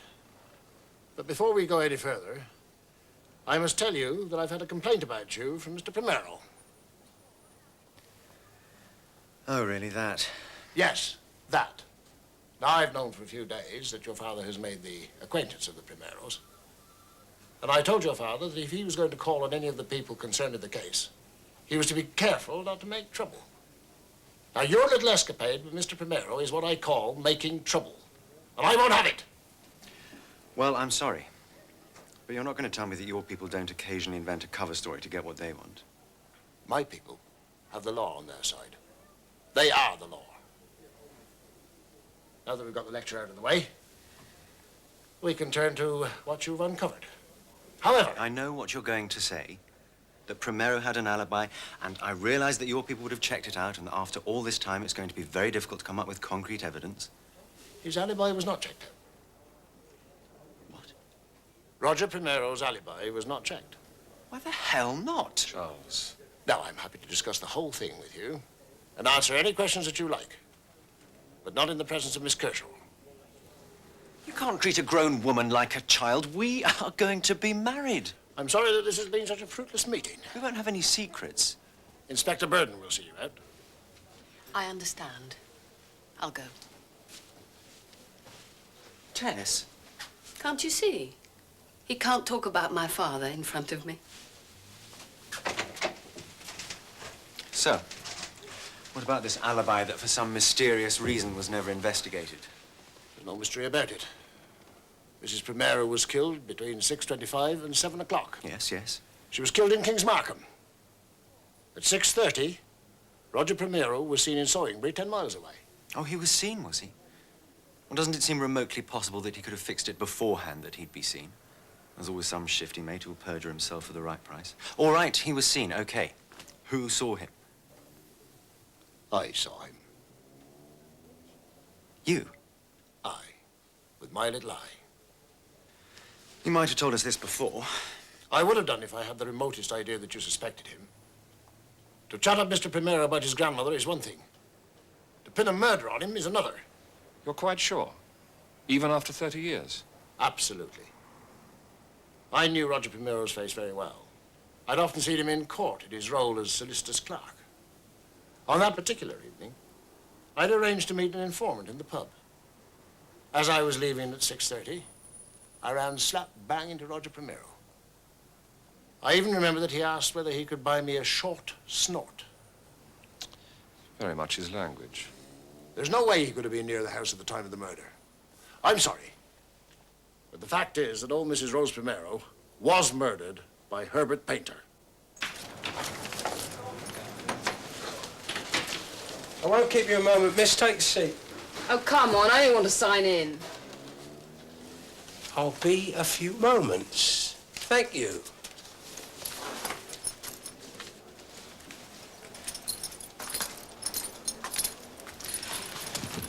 Complete bastards, aren't they?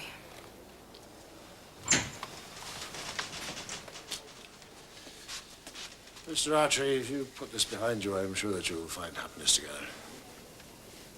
I'm sorry.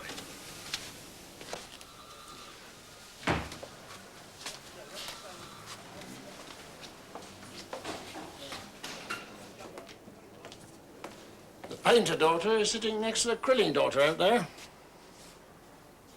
Quite an irony, isn't it? Oh, come on, Mike. Let's bury it. If I'd known that you were investigating Premier, I would have put you right. You could have put me right first thing this morning. Oh, we were interrupted. And you were on your way to court. Oh, come on! I had to be taught a lesson, didn't I? The same lesson as Charles Archery. It was so obvious. You were really enjoying your cat and mouse game with him, weren't you? Oh, that's ridiculous. Is it? Well, perhaps I was a bit hard on him. But it's forgivable when you think what I'd been put through. And for you to think that I'd sent an innocent man to the gallows, well, that must have shaken a few deeply held convictions, eh? That's no bad thing, is it?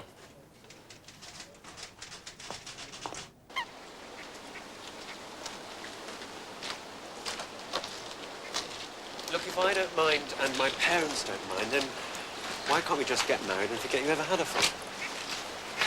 Who says they don't mind? Look, considering everything, I've been very lucky. I've had my mum and a wonderful stepfather who loved me. And he encouraged me to get where I am today. Yeah? But maybe this is one bit I have to dip out on. What does that mean? It was ridiculous to imagine we could get married. Oh. Oh, I know you try to understand. You've no idea. You've no idea of the stigma and the pain that I've carried around. And it's not just the cruelty of other people. It's what I've done to myself. I just can't find any peace while I have to live with this injustice. I want you to answer me, truthfully. Do you still believe my father is innocent?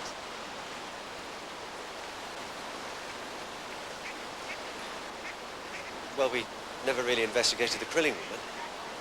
She was terrified that her daughter might give away some terrible family secret, but I mean, who knows what she might be capable of? See. That patent. It would gnaw away at us, Charles. I know in my heart that my father is innocent.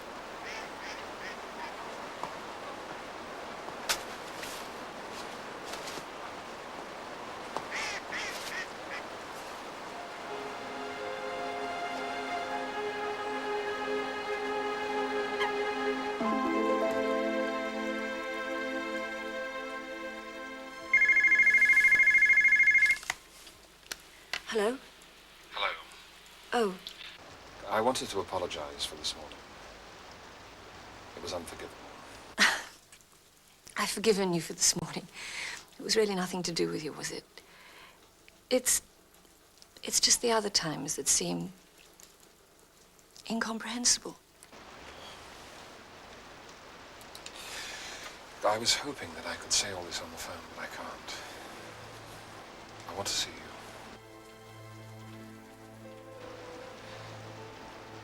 All my life. All my life. I know. I know. Well, it would be impossible to meet here. And the hotel isn't a good idea, so what about the old house? 8 o'clock, all right? Well, I thought you would have been pleased that Reg was right all along. Of course I'm pleased. I'm sorry. I'm just angry with myself for being drawn into that damn vicar's web. You did do the right thing, you know, Mike. Yes, well, if I'd waited 48 hours and asked Reg, I wouldn't have had to. Yes. And how did you feel for that 48 hours? Knowing that an innocent man had been hanged? The same argument that Reg used. Well, it doesn't work because Painter wasn't innocent, he was guilty. I'm sorry, but I'm afraid I can't drum up much compassion towards cold-blooded murderers.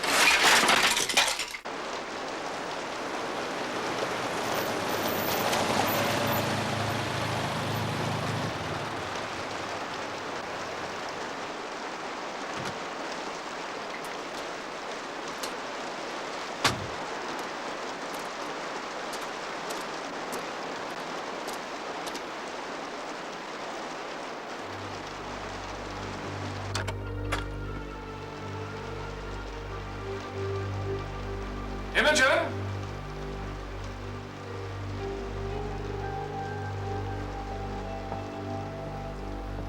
Imogen?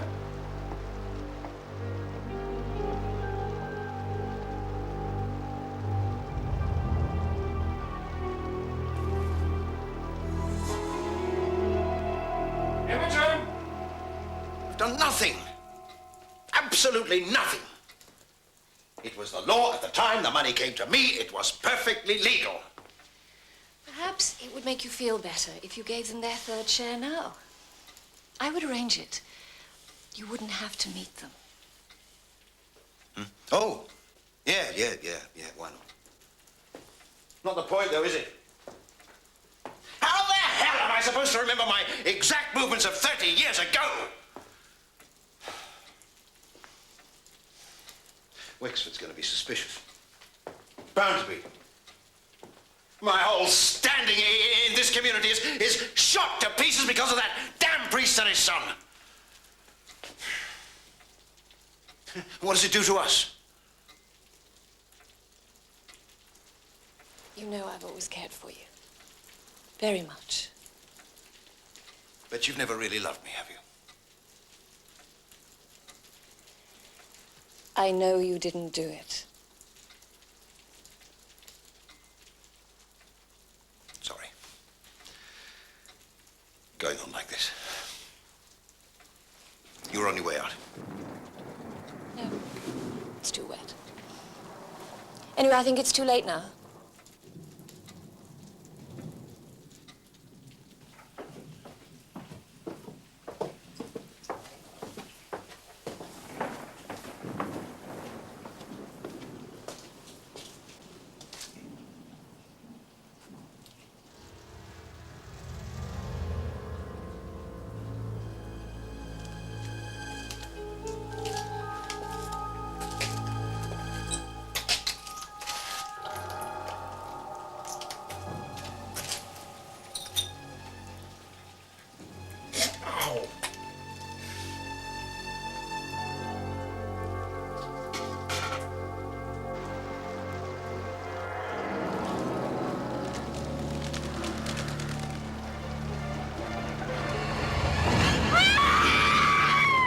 Cut myself.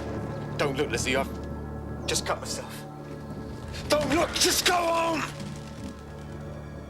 You tell anyone. Or you ever come back here again, you little stuck-up snob. And you know what I'll do?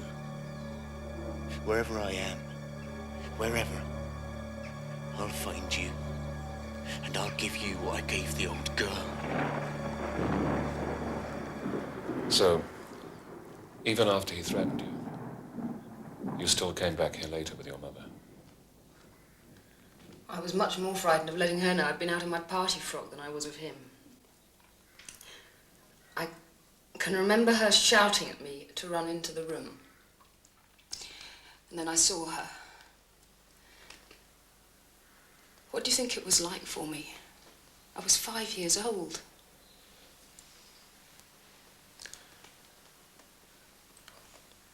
What happened then? They put me to bed. I was ill for weeks. I didn't know they'd arrested Painter. Perhaps they didn't think I'd understand. All I knew was he'd made Granny Rose burst open, and if I said I'd seen him, he'd do the same to me. But even after they arrested him, you still didn't tell anyone then? I'm too frightened. He'd find me, you see, wherever he was. And she wouldn't listen to me, ever. Don't think about it, baby. You put it out of your mind. But it wouldn't go out. It's never gone out. The nightmare's always there.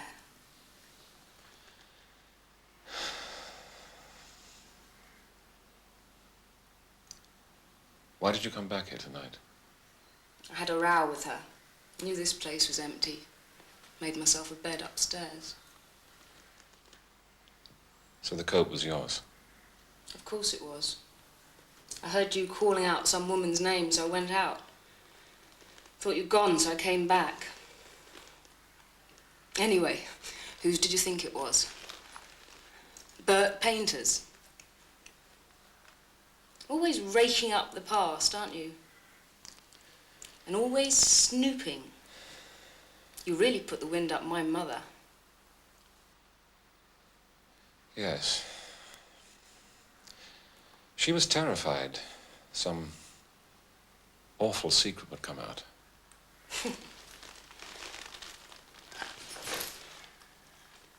You want to know what the big secret is, Vicar?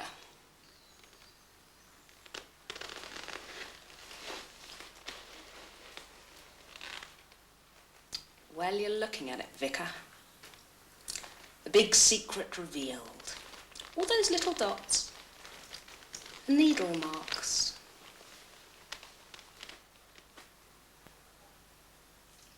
She gets dihydrocodone to ease her back pain, only she gives the stuff to me. It's easy. You dissolve it in water, fill up a hypodermic, have a drink, and you're off. She does it to keep her baby happy, to keep her baby home and under control, more like.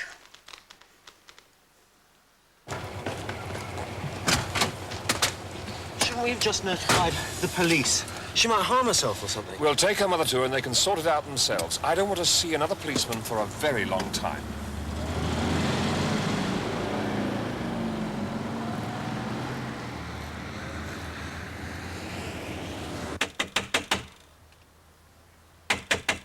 Mrs. Crilling!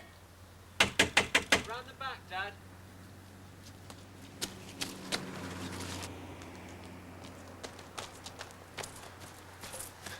You can't break in. I haven't broken anything.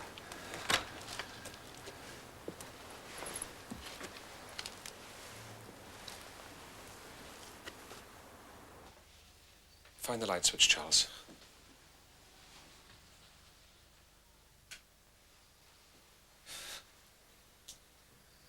Oh,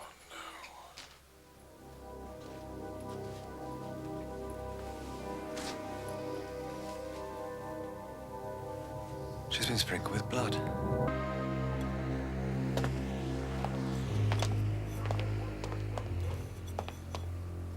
Wasn't blood. It was cherry brandy. Couldn't you smell it? But why? Why did it happen? Your father knows the answer. The 30-year-old nightmare I brought back to life.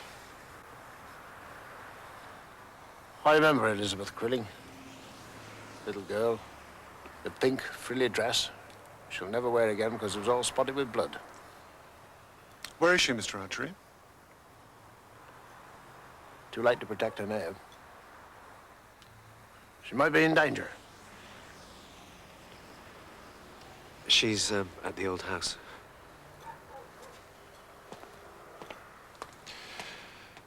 What will they do to her? The law will take care of her.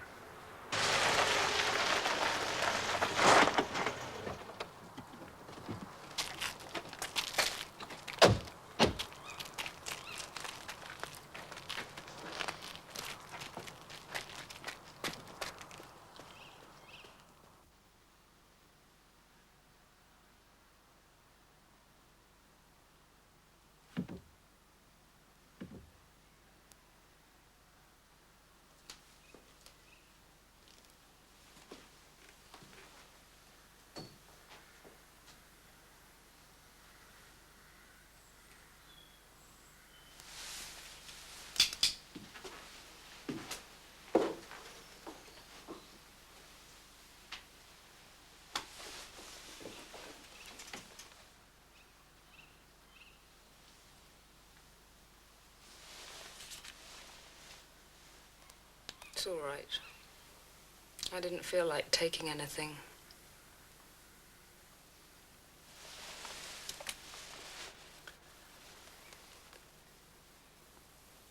I think I might have killed my mother.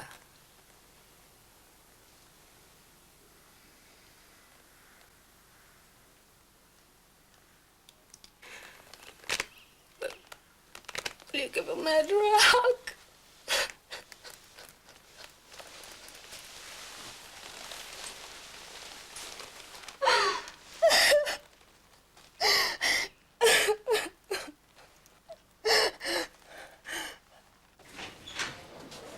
Morning.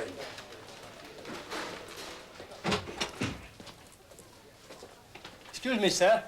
I've just taken a call from a Colonel Plashett.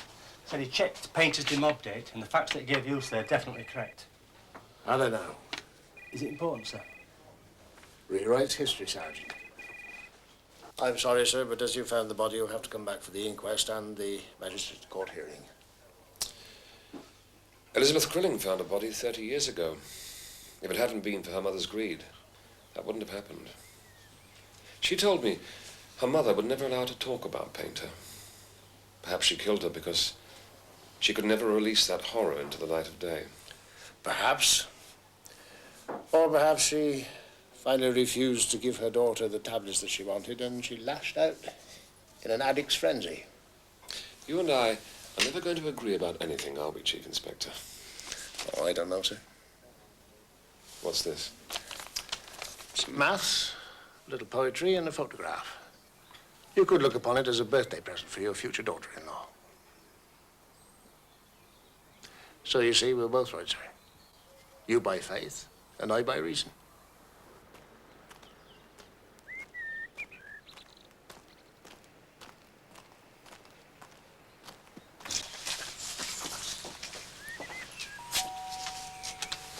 What if it's too late?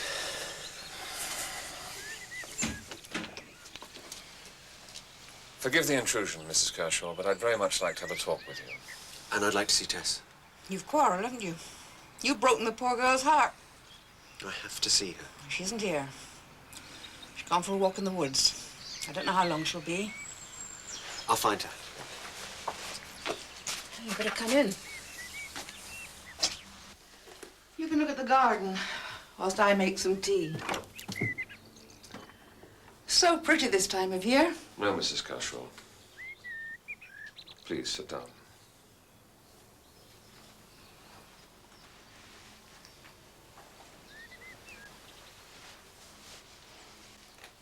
How was your stay at King's Markham? Your native village is Forby, isn't it? I went to visit a grave while I was there. Oh, yes. Mrs. Primero is buried there, isn't she? Wasn't her grave I saw. Go, shepherd, to your rest. Your tale is told. The Lamb of God takes shepherds to his fold.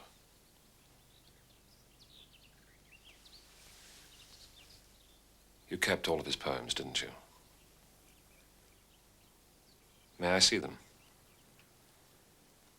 Will you show me the works of John Grace?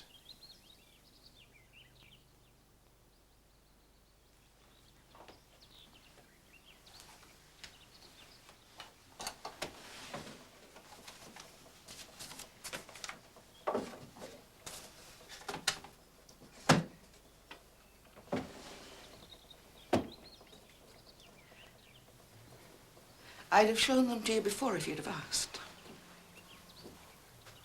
Here, have them. You can have them. Only don't ask me about him.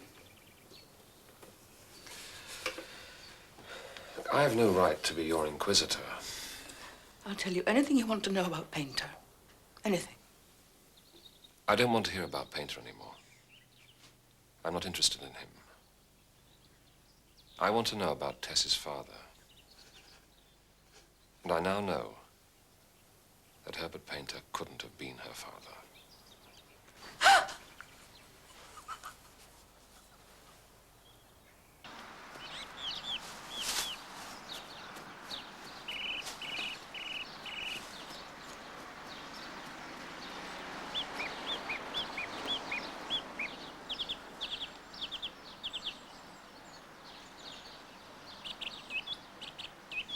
Does she have to know? She thinks he was just a friend. My Tessie, does she have to know after all these years? is nothing these days. Nobody thinks anything of it anymore. But nobody knew. When I remarried, I couldn't even tell Mr. Kershaw. He was taking on so much as it was.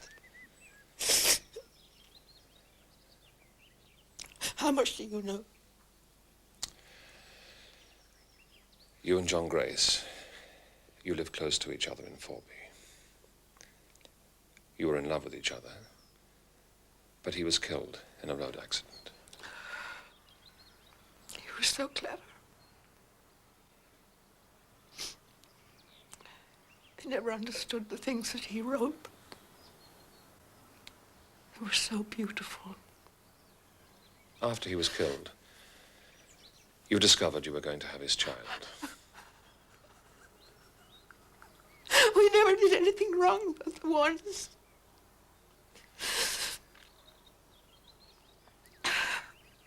I've never been one for that side of things. We were engaged. We were going to be married. I imagine you met Painter before he went out east. Perhaps he was stationed in Forby before he was posted. John Grace died in February 1954. In March of that year, Painter returned from the army. You were facing an enormous social stigma. You had nowhere to go, you were frightened. And so you married Painter. Please, let me try to finish. You married Painter and allowed him to think that he was Tess's father. He always suspected he wasn't, and so he treated you both very cruelly. But when you married Mr. Kershaw, you never told him any of this. He never asked me about my life with Bert. I was far too ashamed to tell him. How could I? He was marrying the widow of a murderer. A man that had been hanged. How could I tell him what was even worse? Tess was illegitimate.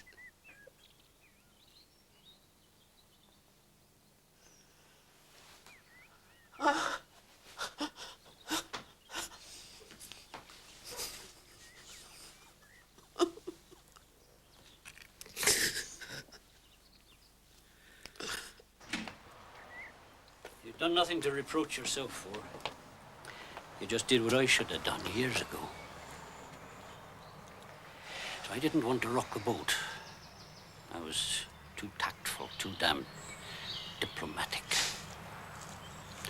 And after a while, you live with the inconsistencies as though they're the truth. Yes. Yes, I know.